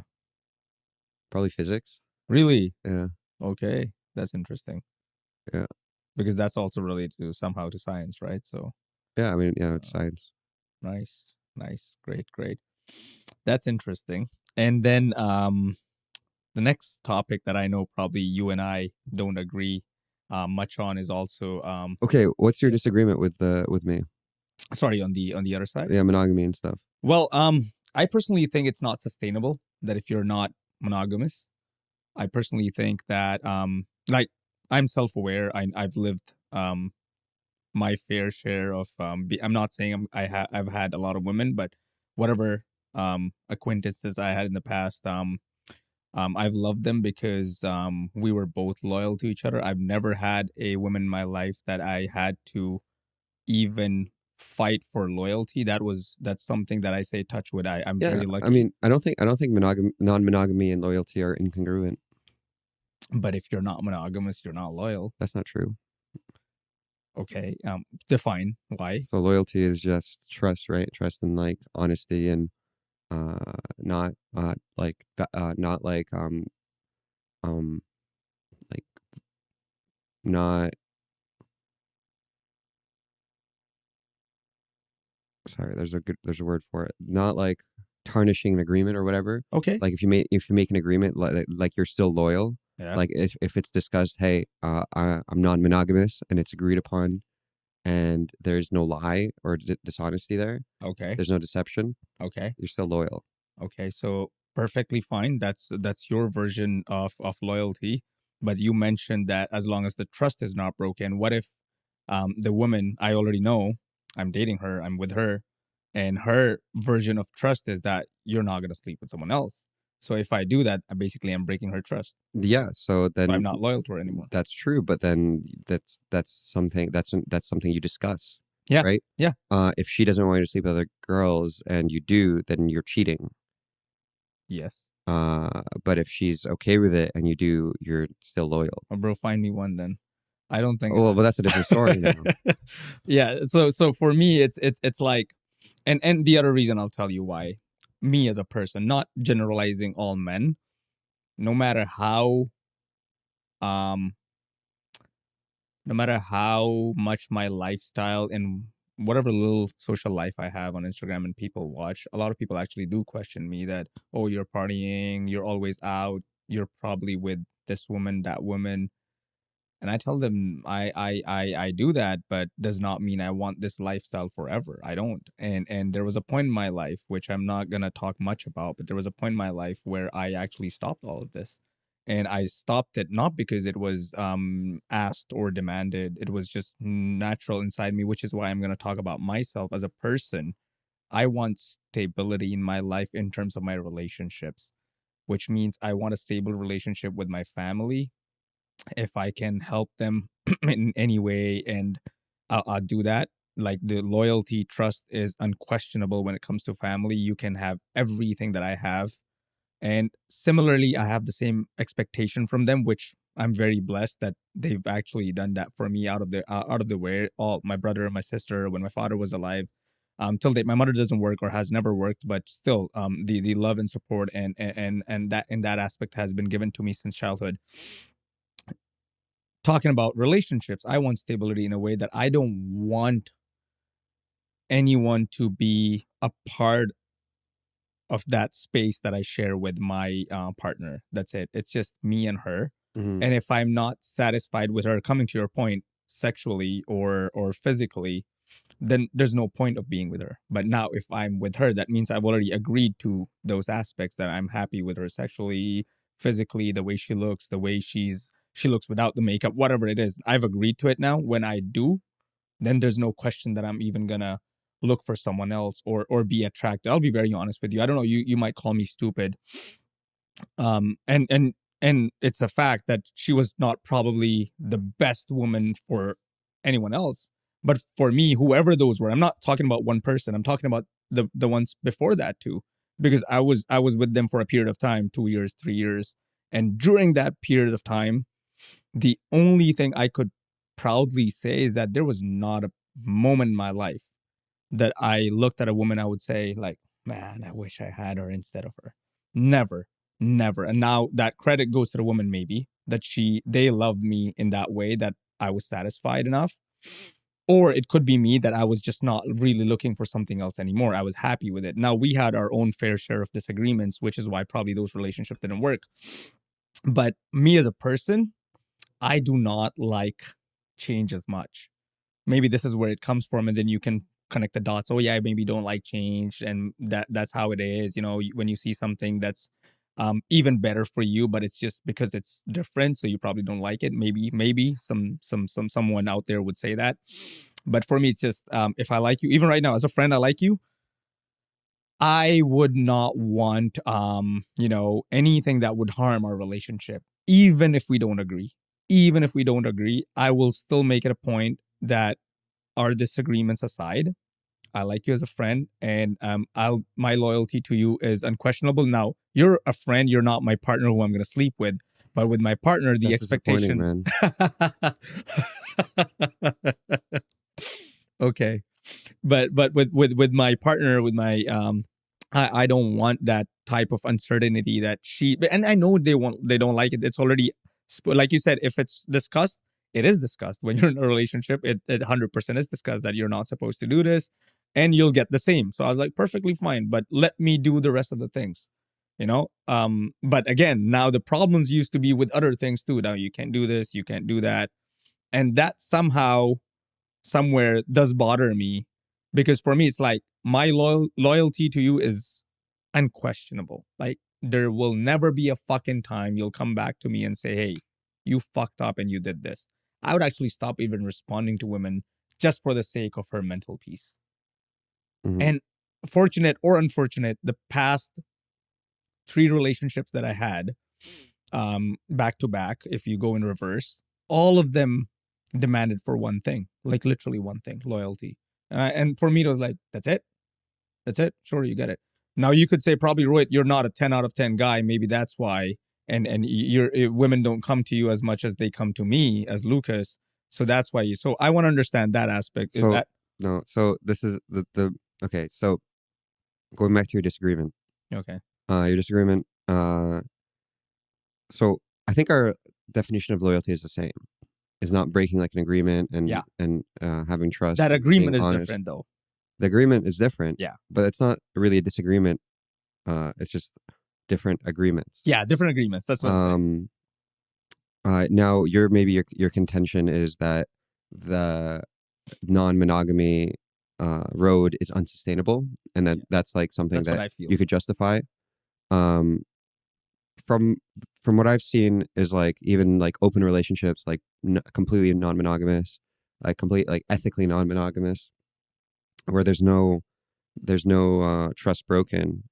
There have been cases, and not like uncommonly, that they live a fulfilling full life and even raise a family and have great dynamic, and it's really up to the people, it seems like, and how they communicate and how they problem solve and um how they work things out, etc. More so, like even like monogamous relationships, so many of them fail, right? Yeah. There's so many divorces in monogamy. um what it comes down to is the people, and like how well they know themselves, how well they know the relationship that they want, how much how well they know what they want in a partner, and if that partner they have is that person, Mm-hmm. how willing they are to take a risk and find a new partner if they are really like honest with themselves and realize that the person they're with isn't someone that they like and they're growing resentful of, um Mm-hmm. etc. Right, so that's like I think the crux of a good relationship is that, not necessarily whether you're monogamous or not. um Now maybe there's like studies that you have seen that prove that non-monogamy is unsustainable. I haven't seen it, but regardless of that, I'd say that I think that I would like I think I'm right now in my life, I'm try to better understand what I want and Okay. try to find a partner that uh, would be as close to ideal as possible. Of course, there's nothing that's perfect, and they'll never be perfect. We're humans. Mm-hmm. Um, but yeah, I guess that's where I'm at. Yeah. No, I think I agree on the fact what you said, that our definition of loyalty is the same. It's just the definition of the agreement that you have with your partner is different. So yeah, perfectly fine. And I don't think I can ever be the person who decides to be with someone and at least decide to say that, yeah, I'm gonna marry you, and then go all like, yeah, sleeping around with women, or just being, or exposing myself with other women where there could be a possibility of being in that direction of being not monogamous.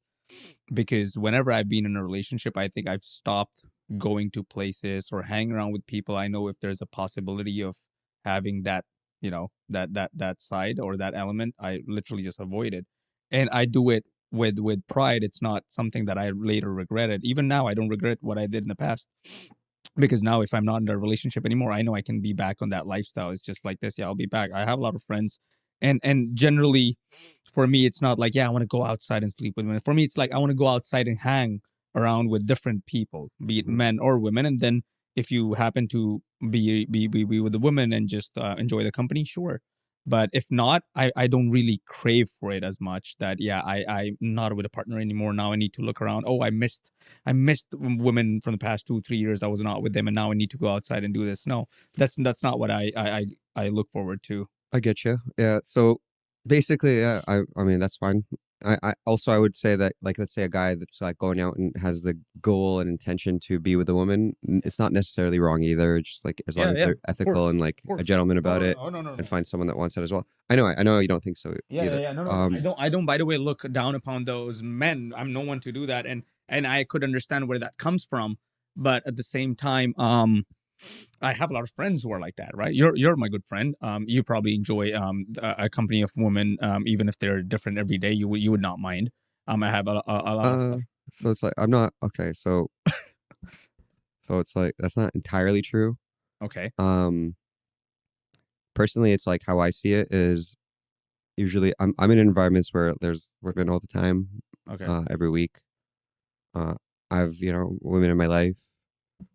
Um, more so right now, I am looking, I guess, for a partner. okay, Because what I realized now that I've been outside of a relationship, especially a relationship that I had, when I broke up, I thought that I wouldn't really want to be with someone again. okay. But what I realized is I do want someone to know me, and I want to know someone like Hmm. on a very intimate level. Uh, and I'm pretty picky when it comes I to could tell. women. Uh, And this is for the viewers again, not to mention that woman, but I because I've seen your ex, and I don't know the inside of her, but just the outside, I think I could easily say that she was probably a 9.5 or 9 out of 10 just from the looks. And a lot of people would go crazy for a woman like that. So, to your point, continue.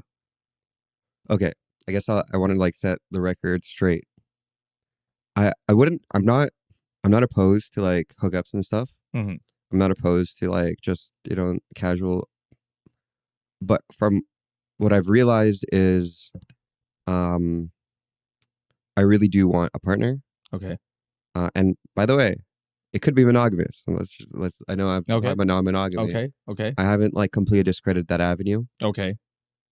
I don't know what I don't know. The more I've realized, like I used to kind of think I knew what I wanted, Hmm. and I was pretty certain that what I wanted was what I had or what I.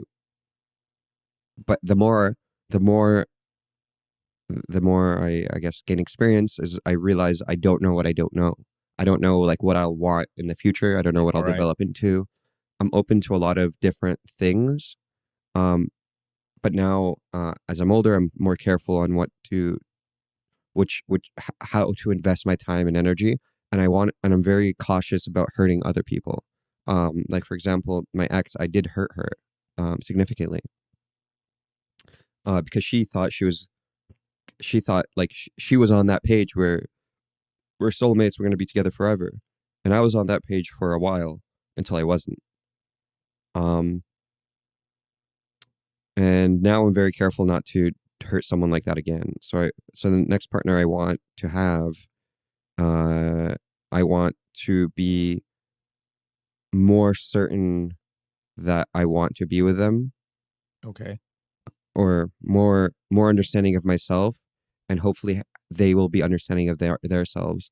And again, the person I want to be with, like one of the character traits of someone I like spending time with and getting to know is someone that can stand their ground and voice their opinion, and uh, not just like agree with everything I say, or agree or just make compromises in themselves to just satisfy me, Hmm. but have their own understanding of themselves, and also be living their lives according to how they want to live their lives. And Hmm. hopefully I'm congruent with that, instead of just um you know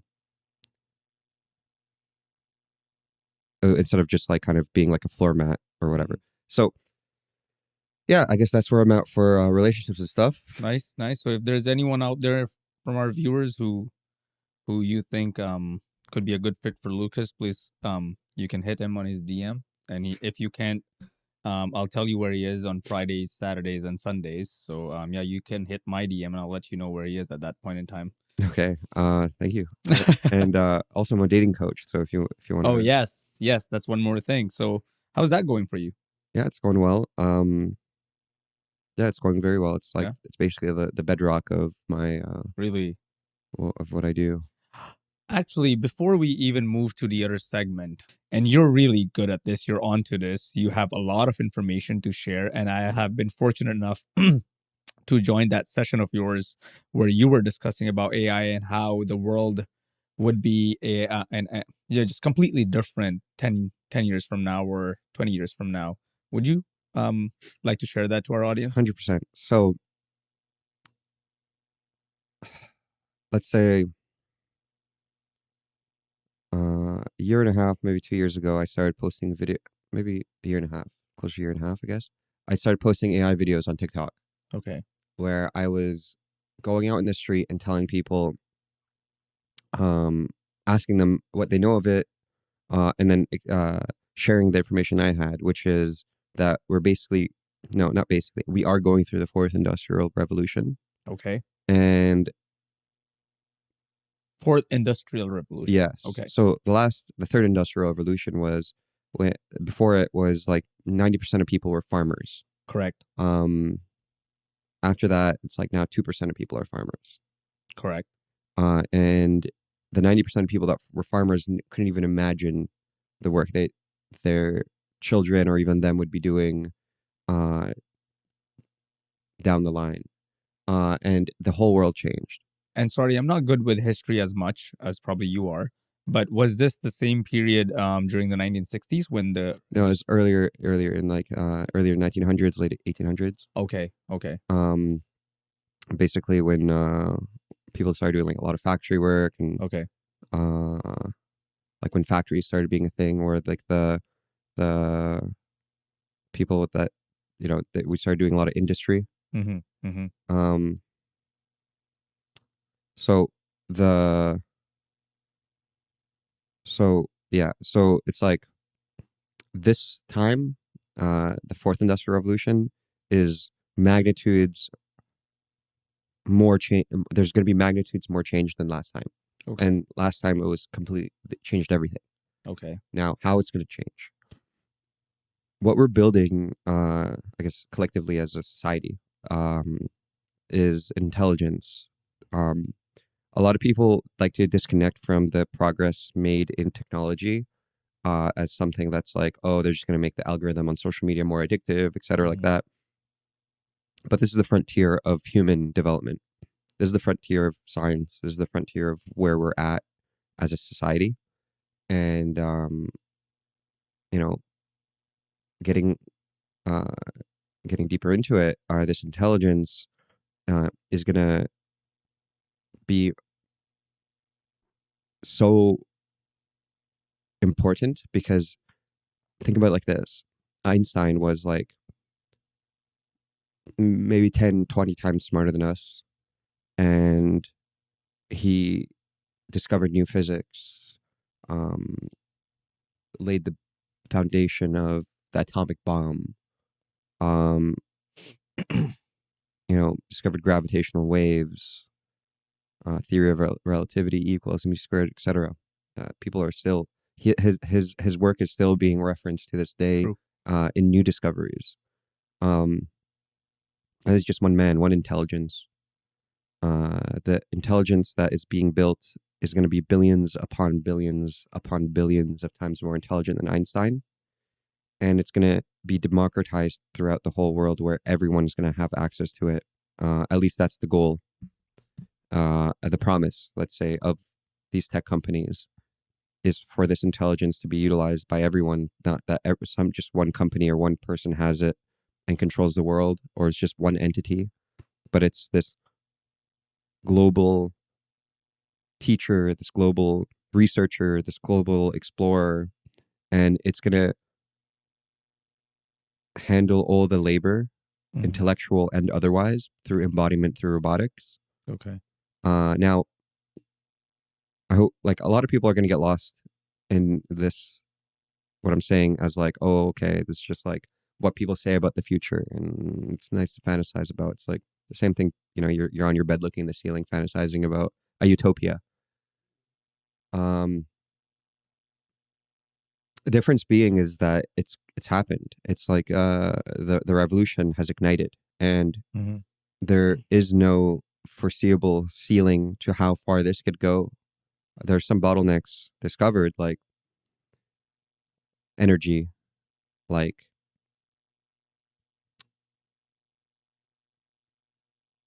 right now people are trying to make it go from just like a chatbot to an agent that could do independent work. Hmm. And this is something that's being solved for and seemingly on the way to being solved for. And right now, at the filming of this, we're basically in the trough of disillusionment in the hype cycle where we went, GPT-4 came out and everyone was aware and excited, and some people were panicking, some people were hating on us, but there's a lot of attention on AI. Yeah. Now, like a year later, it's kind of died down the hype, and people have started kind of just it's like a thought in people's minds, but not like this thing that's changing everything. I think with the coming models from OpenAI that are on the horizon, people are going to see that magnitudinal jump in intelligence yet again. And it's going to be more public because before, with GPT 1, 2, and 3, the people that were noticing these jumps in intelligence were just like the researchers or people that were really in the weeds. Hmm. But now that GPT-4 is public, GPT-4 to GPT-5, people are going to see that jump, Okay. and then it's going to connect in people's minds a lot more that, hey, hold on, uh, it's not just a chatbot and GPT-4 level and I could write my essay in school or, give me some advice. It's this thing that's becoming magnitudes more intelligent at a rapid rate. And then they could extrapolate those two dots to the next one, Hmm. especially when people are saying, hey, listen, GPT-5 is also not the final version. Hmm. It's just another dot in this logarithmic curve that we're going on, Hmm. uh, which is like an exponential. So it's like every single time it's going to be magnitudes more than it was, not just intelligence, but capability and what it can do. Now, there's a good book called Deep Utopia by Nick Bostrom that came out this year, which I highly recommend people read, that goes into depth about kind of the transition to this new world and the consequences. It's by an Oxford professor in philosophy. And if you want to read kind of like more like Singularity by Ray Kurzweil, and Singularity is near and near, two other books he wrote on the topic. But um, some of the some of the things this intelligence can do are completely earth shattering, like curing all diseases.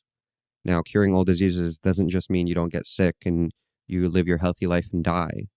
It means effective immortality. It means that we can stop ourselves from aging. We can reverse age. We can, effectively live as long as we want. And a lot of people say, why would I want to live why would I want to live forever? That's terrible. That's the first thing people think of a lot of times is like, it's a curse. Now, I think this has kind of been propagandized in people's minds through a lot of pessimistic interpretations of immortality. Hmm. A lot of villains in movies want to be immortal and Yeah. we have to stop them from living forever because it's dishonorable or whatever. I mean, isn't that what a lot of people in the past, like the Pharaoh and all that, Yeah, like you for know? example, Ponce de Leon, when 1600s explorer, when he discovered Florida and Cuba, Okay. he came over and he's the guy who discovered Florida and Cuba. In Saint Augustine, the myth of the fountain of youth, where there's this fountain that you drink out of and then you live forever, Okay. was a very popular like story at that time, and that turned out not to be true, right? And that's made people cynical of the idea of these like cures and mortality and whatever, and it just became this thing that is only in like mythology. But ultimately what we are is like we're just like molecules, and we're physics, and physics can be manipulated, and intelligence billions of times smarter than us can manipulate that physics. Um, Even without that, the progress made on longevity is pretty significant. With Dr. David Sinclair in 2017 reversed the age of a mouse's eye to cure glaucoma. He's Mouse's what? a mouse's eye. Eye. The eye was experimented on because it was seen as like a very hard thing to do, Okay. almost impossible because it's attached to the brain. And a breakthrough happened in the lab, and they did it, reversing the age of your skin, your organs, your bone, whatever. It's actually a lot easier than the eye. And he's a Harvard professor that specializes in epigenetics. Uh, Epigenetics is a field of study that's like emerging and being rapidly uh, invested into. Like, there's a lot of investment made right now into longevity research. Um, Beyond that, there's things like AlphaFold 2 sequenced every protein, predicted every sequence of every known protein in the world. The sequencing of a protein used to be a whole PhD thesis. So think about it. Like, first, for one protein to get sequenced, a baby would need to be born, raised, survive, childbirth, survive adolescence, go into their teens, be intelligent enough to be successful in school, and be on track to doing a PhD, going through undergrad, going through the master's, PhD, and then finally their PhD thesis, they do one protein. It did every single protein in a month. It did billions of years of PhD thesis work in a month. I think last time I checked, it was like that paper has been cited 230,000 times or something. The consequences of just that work have not been realized yet entirely. And that AlphaFold 2 was by Google DeepMind. It's an AI. And that was a rudimentary AI. AlphaFold 3 came out a few months ago, and it became even more specialized, where it's now predicting the molecules within the proteins. And trust me, AlphaFold 3 is not the last iteration. There's going to be an AlphaFold 4, 5, 6, 7, 1000. We're going to get so much insight from AI. And not only insight where it's just giving us hints, it's going to be doing the work. It sounds like something you kind of read on the newspaper or see on like TV or whatever. And you're like, oh, cool factoid, whatever, like, Drake versus Kendrick or something. But this is like what you would see in a movie, like in the first like 10 minutes of a movie, of a Marvel movie. AlphaFold 2 sequence every protein, blah, blah, blah. And then 30 minutes later, you'll see the consequences, people flying around or whatever, We're just still in this first 10 minutes. So a lot of people, how, justifiably so, because how we've adapted to survive is, we're more cautious, cynical, we have to see it to believe it. Mm-hmm. But, there's some people that, have like a more visionary approach, or more, can extrapolate this into the future. Mm-hmm. And I guess I'm one of them. And it's truly amazing. It's like we're living in the craziest generation in human history. We're the first generation in human history to have the probability, not just the possibility, of living as long as we want. And as long as we want is as long as we want. Okay. Before we wrap this segment on AI, I have two questions, and that's only for you to answer very well because of your knowledge and information on AI, and plus the work that you're doing. So, you yourself, what do you think is the disadvantages of this and the downside of this? And the last question would be, what is your goal in the space that you're working on AI? Like, what do you want to achieve? So, the disadvantage, a possible disadvantage. So, if everything is solved and we're living in utopia and there's no hardship, there's no real consequences for your actions, There's no struggle to at least the degree we're experiencing it now. Um, a possible consequence is character development. People will have a hard time developing their characters to be stronger, well-rounded people, gain perspective through struggle and suffering. Now, is this going to be a real consequence, or is this intelligence that's billions of times smarter than us going to be wise enough to help us through that as well? Are we going to create a video game called Life where you could, let's say, lose your consciousness for 85 years and live uh, in a world that is indistinguishable from this one in this virtual space, and you get to experience suffering and disease, and loss, and all this stuff, and your character develops, and then you go back into your consciousness in whatever world you were from. It's fucking crazy, bro, the way it sounds, you know. But These are things that are like for now, not impossible. yeah, I would not say it's impossible, but it's scary when you think of it like that, right? Like you're saying that right now the issues and struggle and problems that we have, you're very very right. That is exactly what makes you a person, a complete human being, I think. And now you're saying that we're gonna be deprived of all the issues, and now in order to feel that, we'll actually be having another science, technology, AI, and we'll get into that, and that's gonna somehow develop our brain into thinking that, oh, this is how losing a parent looks like, this is how being in a car crash looks like, this is how you fail a class subject, whatever, and this is how the feeling it looks like, this is how heartbreak looks Yeah, like. you could be in it right now, All right. right? It'll be indistinguishable from this world because it'll be a complete replica. Mm-hmm. And it'll just be a video game that you, let's say, you upload your consciousness into or whatever. Mm-hmm. A full dive virtual reality. I think it's FDVR is what people call it. And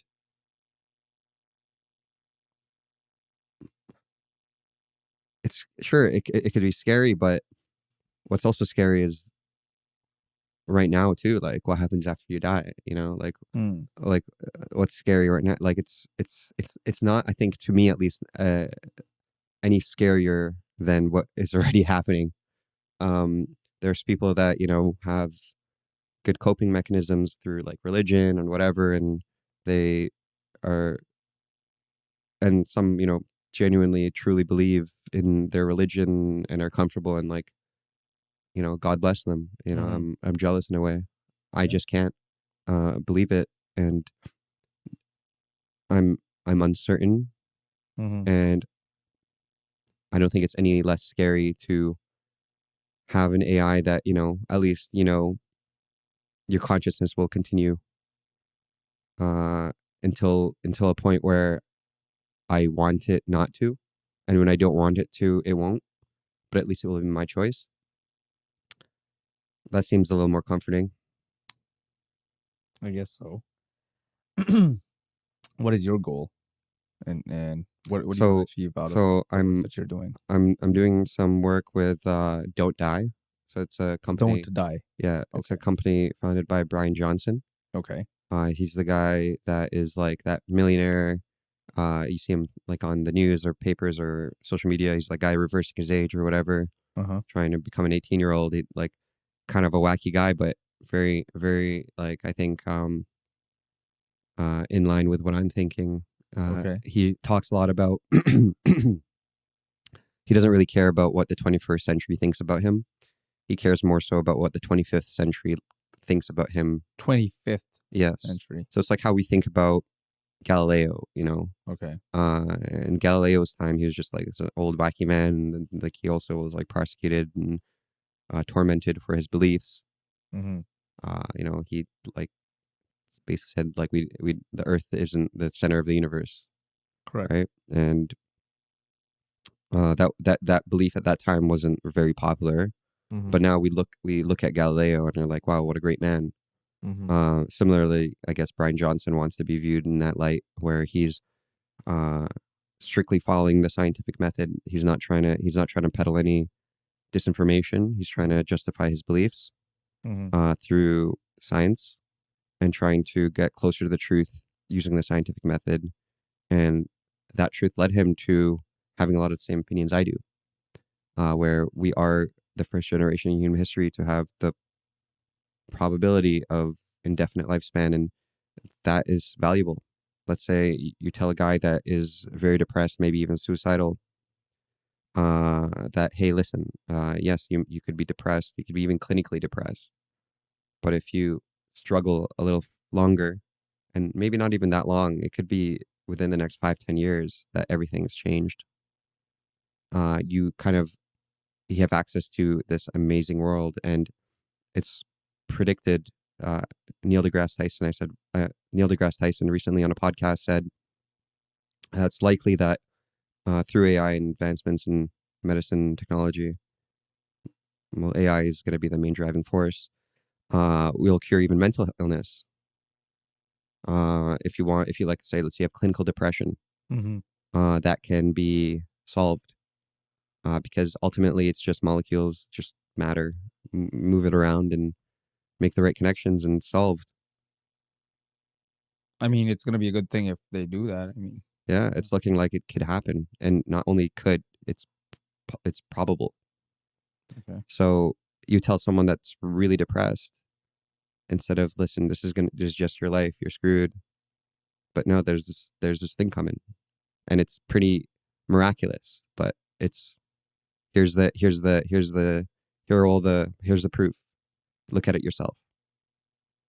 And I think the more people exposed to it is only going to be like better for society, because especially if people start seeing it optimistically and not just something that's stealing people's art, it's going to bring a profound change in the world. And I do believe it will, regardless of whether I talk about it or anyone talks about it.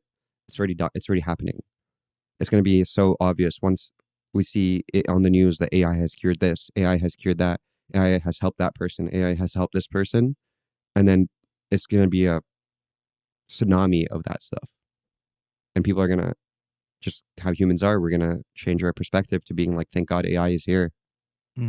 AI has solved global warming. Oh, okay. Planet's not going to die anymore. Cool. Thank you, AI. Oh, my grandma's not dying anymore. She's immortal. Cool. Thank you, AI. I'm not sure a lot of people would like that, but yeah. Why not? I'm just saying, people not dying. What about living as long as they want? The problem? Well, how are you going to control the population? So we're not going to really have a problem with overpopulation. The Earth can sustain a lot more people than we do right now. Right now, we congregate into cities for opportunity, romance, whatever it is. With the development of AI, we're going to be more spread out in the world, like predicted. But if the world ever has an overpopulation problem, it's likely that we're going to be able to expand to other planets at that time, or build colonies in space. Again, this is intelligence billions of times smarter than us. It's basically going to be science fiction levels of technology. So this is basically that some of the things that you said, I think, is like those SpaceX type of agenda, that having life. Yeah, but that's not going to even be necessary for a few hundred years. We're good for a few hundred years on planet Earth. Okay. And by that time, we're going to have an intelligence so intelligent that we're basically going to be able to control all of our physics, or at least close to it. Do you think we're going to be part of that cycle where AI is developed to an extent that life is immortal? Or yeah, we are that generation. Okay. We will be able to witness it. Yeah, probably within this decade, next decade. Okay. Yeah. Nice. Yeah, that's the other thing. It's like, well, would it be charged though? Like, I'm sure it's not going to be free. So, how the technology in your phone right now was probably billions of dollars 20 years ago. Yeah. Now it's like 1,500. Yeah. So price performance is on a scale where it's like the amount of money you're paying for the amount of technology is getting less and less. Okay. Yeah, I agree. So similarly, and I could show you an article later, like, for example, just that aside, the economy will benefit from keeping people alive. Why? Because when people die, especially let's say it's a doctor or professor, so much money is lost in their education, in their ability to help teach, help whatever medical practice they're in. It's in our economy's benefit to keep people alive, because their they're a boon to economy, not like a detriment. Regardless of that, now if we're really talking science fiction, which is, I'm only saying science fiction to kind of get you ready for what I'm going to say, but I actually do think it's a possibility or even a probability, is especially when it comes to like population, is that we're going to merge with AI. Okay. Through things. Do you know what like Neuralink is? Yeah, I've heard about it. So It's that chip, right? Yeah. So that's going to become more and more popular, and it's going to become something that a lot of people adopt. So they're going to have the chip in their brain that gives them higher levels of intelligence, performance. That's going to mature into something that is possibly, and you know what? I'm going to use like possibly and probably interchangeably, because I think it's probability. Okay. That we're going to be able to upload our consciousness to the cloud, where we're going to be digital ourselves, but still maintain our consciousness. So population is like, we're going to live in the metaverse, let's say. So the metaverse is going to have so much space for everyone. But that's, so Ray Kurzweil, the guy that is kind of like the forefather of all these predictions and like someone that's referenced a lot, he was like a child prodigy. Okay. He worked for Google, was an MIT professor. I think he's like 76 years old now. He wrote the book The Singularity, and the singularity is the concept that this is all like kind of people call what's happening right now the singularity. It was like a term borrowed from physics, but now popularized for technology. He believes like around 2045 we'll be able to upload consciousness to the cloud, and so far his predictions have been on track. He's gotten some things wrong, but it's easy to get things wrong. But he's gotten things more right than most people predicting this stuff. And he's the guy that's been working on AI the longest, and that's alive right now. Okay. He was working with neural nets long before they became what we use today for like GPT in the 60s, I think. Okay. So he for example, he invented text to speech. Okay. And like he invented the flatbed scanner as well. Flatbed scanner. Yeah. When you put paper and you scan it. Yeah. Yeah. So Ray Kurzweil invented that. Okay. He predicted the search engine. Okay. Like Google and Yahoo. Yeah, he worked at Google. He's a genius. Nice. So yeah, there's people with some authority that believe this as well, and a lot of people. Yeah, so even the company I'm working with, or associated with, I guess, Wombo is creating an AGI themselves, leveraging the blockchain. They're partnered with something called BitTensor. Yeah. Okay. So the Wombo, I'm basically just a friend of the company at this point. Okay. Yeah, they're working on an AGI, artificial general intelligence. Okay. Which is a stage above the AI we have now, which is something that could basically do all of human tasks itself. Okay. And independently enact as an agent. How they're doing this is they're leveraging the blockchain and using and partnered with a company called BitTensor to do it. I guess long story short is there's a lot of companies working on this from different angles, and a lot of people there's a lot of money being invested in creating this agent intelligence, and it's going to have a monumental change in the world for sure. Yeah. Nice. Interesting. I had very less information about AI because, like I mentioned before in this episode, that I'm very much not into change.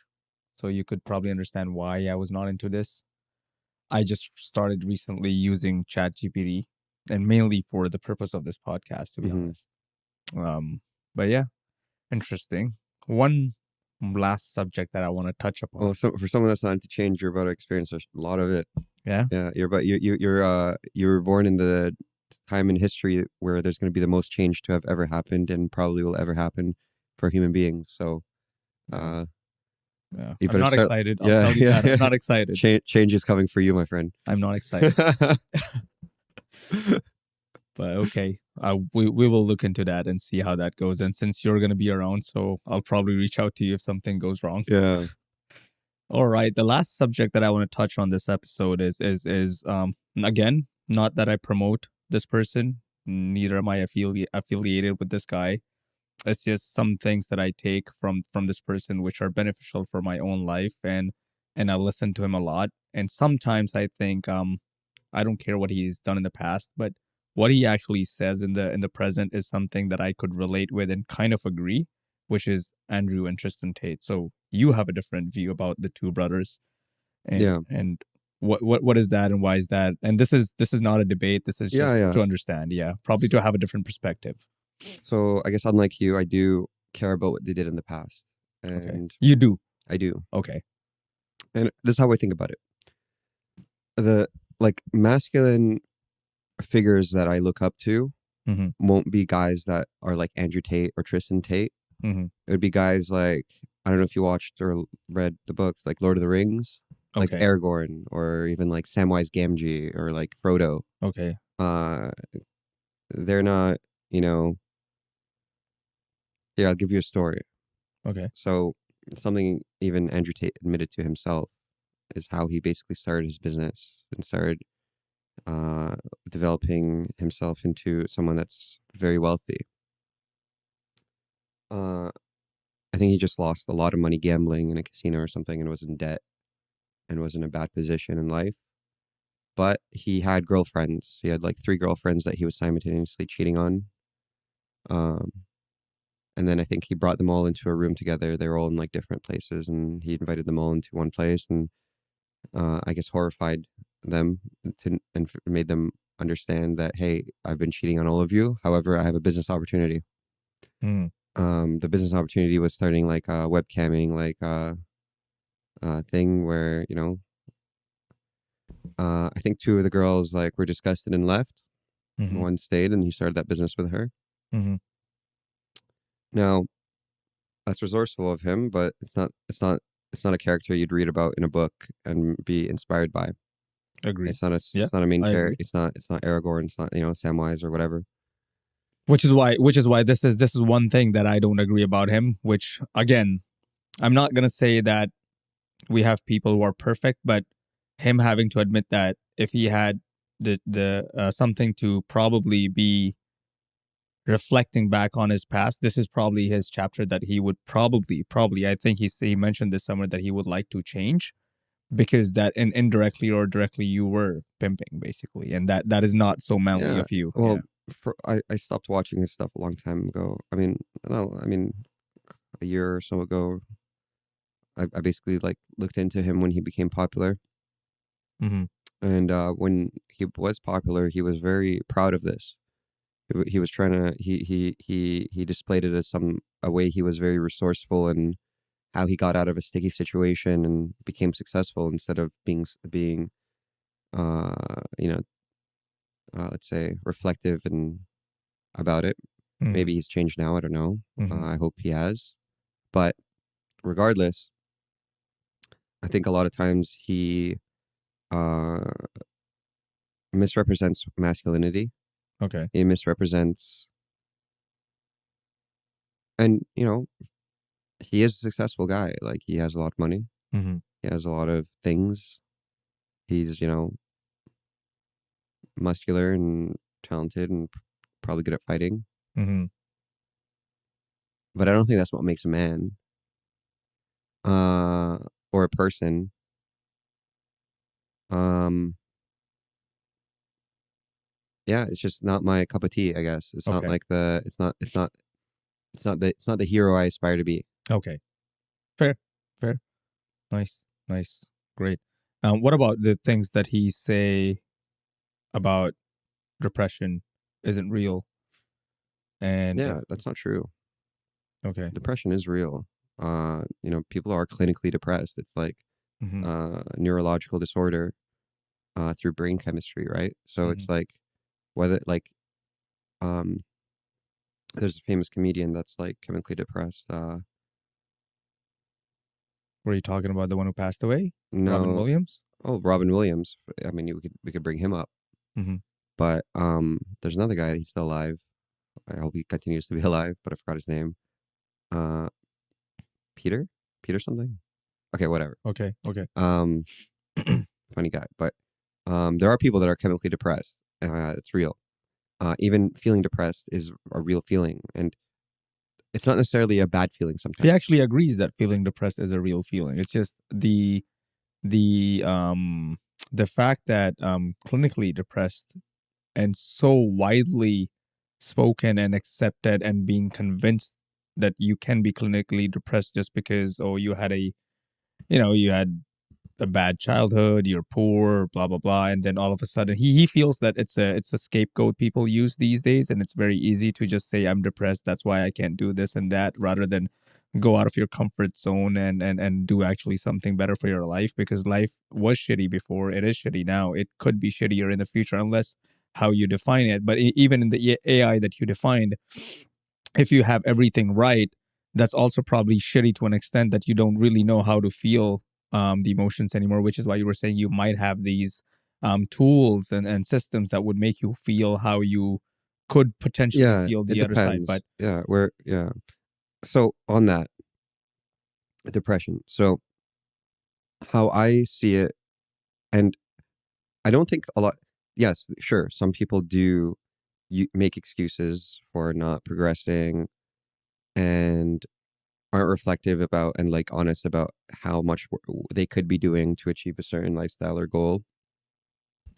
Now, I think whether that's happening on a higher or lower degree these days, I'm uncertain of, but just my opinion and how I handle depression mm-hmm, is sometimes I'm grateful for feeling bad because I've noticed that when I really do feel bad and depressed, mm-hmm, it's a catalyst for change in me.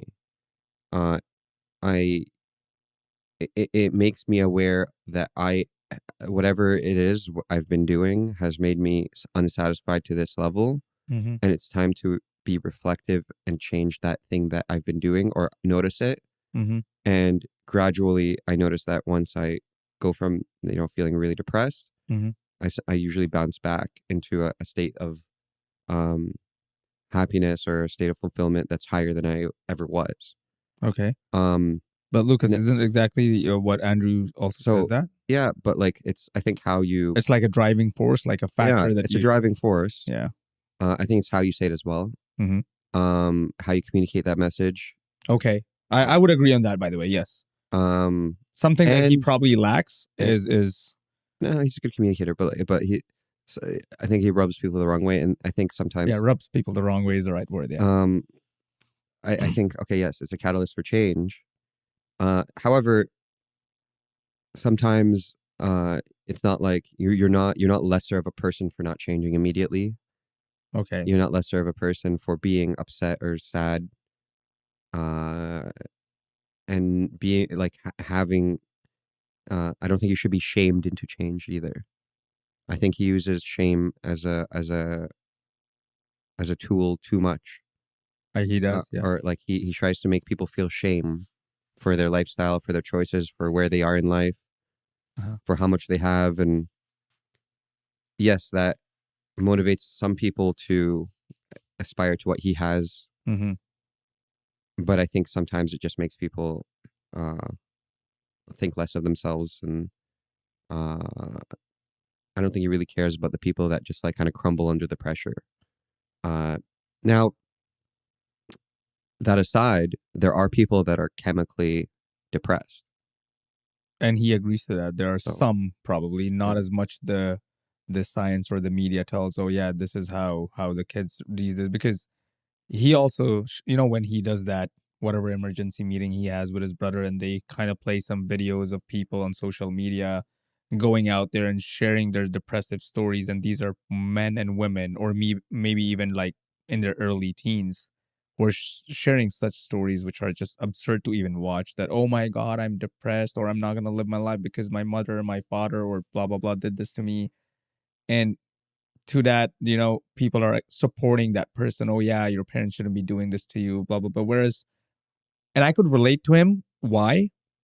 Because a lot of the things that he says about his childhood and the way his father or mother probably parented him in his upbringing is something that I could relate to, because my parents were probably the same time as his, and they would teach us the same or more or less the same lessons that he probably got. But again, I'm not like him. I'm not him. But when I hear him say, "Yeah, my father said this to me," for example, I don't know how the viewers are gonna take this, but my father was against crying, like me crying, or except for my sister, me and my brother crying. Like when I say against, it was like he did not like it at all. And part of the reason was the same thing probably is that you're a man. If you have an issue, why don't you just go face it? What are you gonna get out of crying about it? You know, like why are you crying about it? Just face the situation, tell me the way it is, and you don't need to cry. So he used to really hate crying. Like why are you acting like not a man, you know? Somewhat. Now you could have Yeah. a lot of things to say, but I personally feel the way that was instilled in my brain as a child that crying is leaning towards not an option. It changed the way I dealt or handled some of the situations. Right. If I was more so told or comforted as a child that, oh yeah, it's okay, you know, it's fine, you know, we'll get over this, then I think a lot of the things that I faced in life as struggles, I might have been a little weaker in that aspect, just because that thing was, you know, just instilled with me as a child that if you have an issue, instead of crying about it, why don't you first analyze the situation and see what you should be doing, because crying is not going to get you anywhere, which, so I don't know. So is it maybe the change of time now that people are becoming more soft, and at that time when people were more harsh, things did not actually, because have you heard about someone from your parents' generation in particular being in depression as much as people now? Okay, so it's my view that we're getting closer to helping people than we are before. And I think our methods of helping people are better than they were before. I would agree. Yeah, 100%. Especially, I think our parents were using the knowledge that they had to help raise us to the best of their ability. But I think a Right. lot of that knowledge was flawed. Okay. Like to speak on like the crying, I think that's not true. I don't think it's bad to cry. And like similar things that make you hard or now make us soft. I think a lot of that comes from insecurity, Mm-hmm. especially men looking at it as something that, like, for example, and jealousy and envy. Like, Mm-hmm. for example, a very masculine man could see a woman he finds attractive being with some guy that he thinks is soft and then blame society for it instead of realizing that he's an insecure little Mm. turd, Okay. uh, to put it lightly. Mm-hmm. No offense to that guy, but like it's like a lot of guys are very envious of and very like bitter about their situation, and they thought, they were raised by their dad that made them, not cry and be this tough masculine guy and be this alpha male, and then all the girls are disgusted and repulsed by how he is because Mm-hmm. he's just like kind of socially awkward. And there's this term, I think it's like the woman's eye, or like the woman's like how women are attracted to guys or whatever. A lot of guys get it wrong. A lot of guys don't know what women like, Mm-hmm. don't know how to speak to women, don't know how to present themselves and actually Agree. genuinely be a good person that women think are good, secure, masculine, or just like complete or close to complete people. A lot of guys really miss the mark and think that you just have to be this strong, kind of emotionless soldier when it's not really true.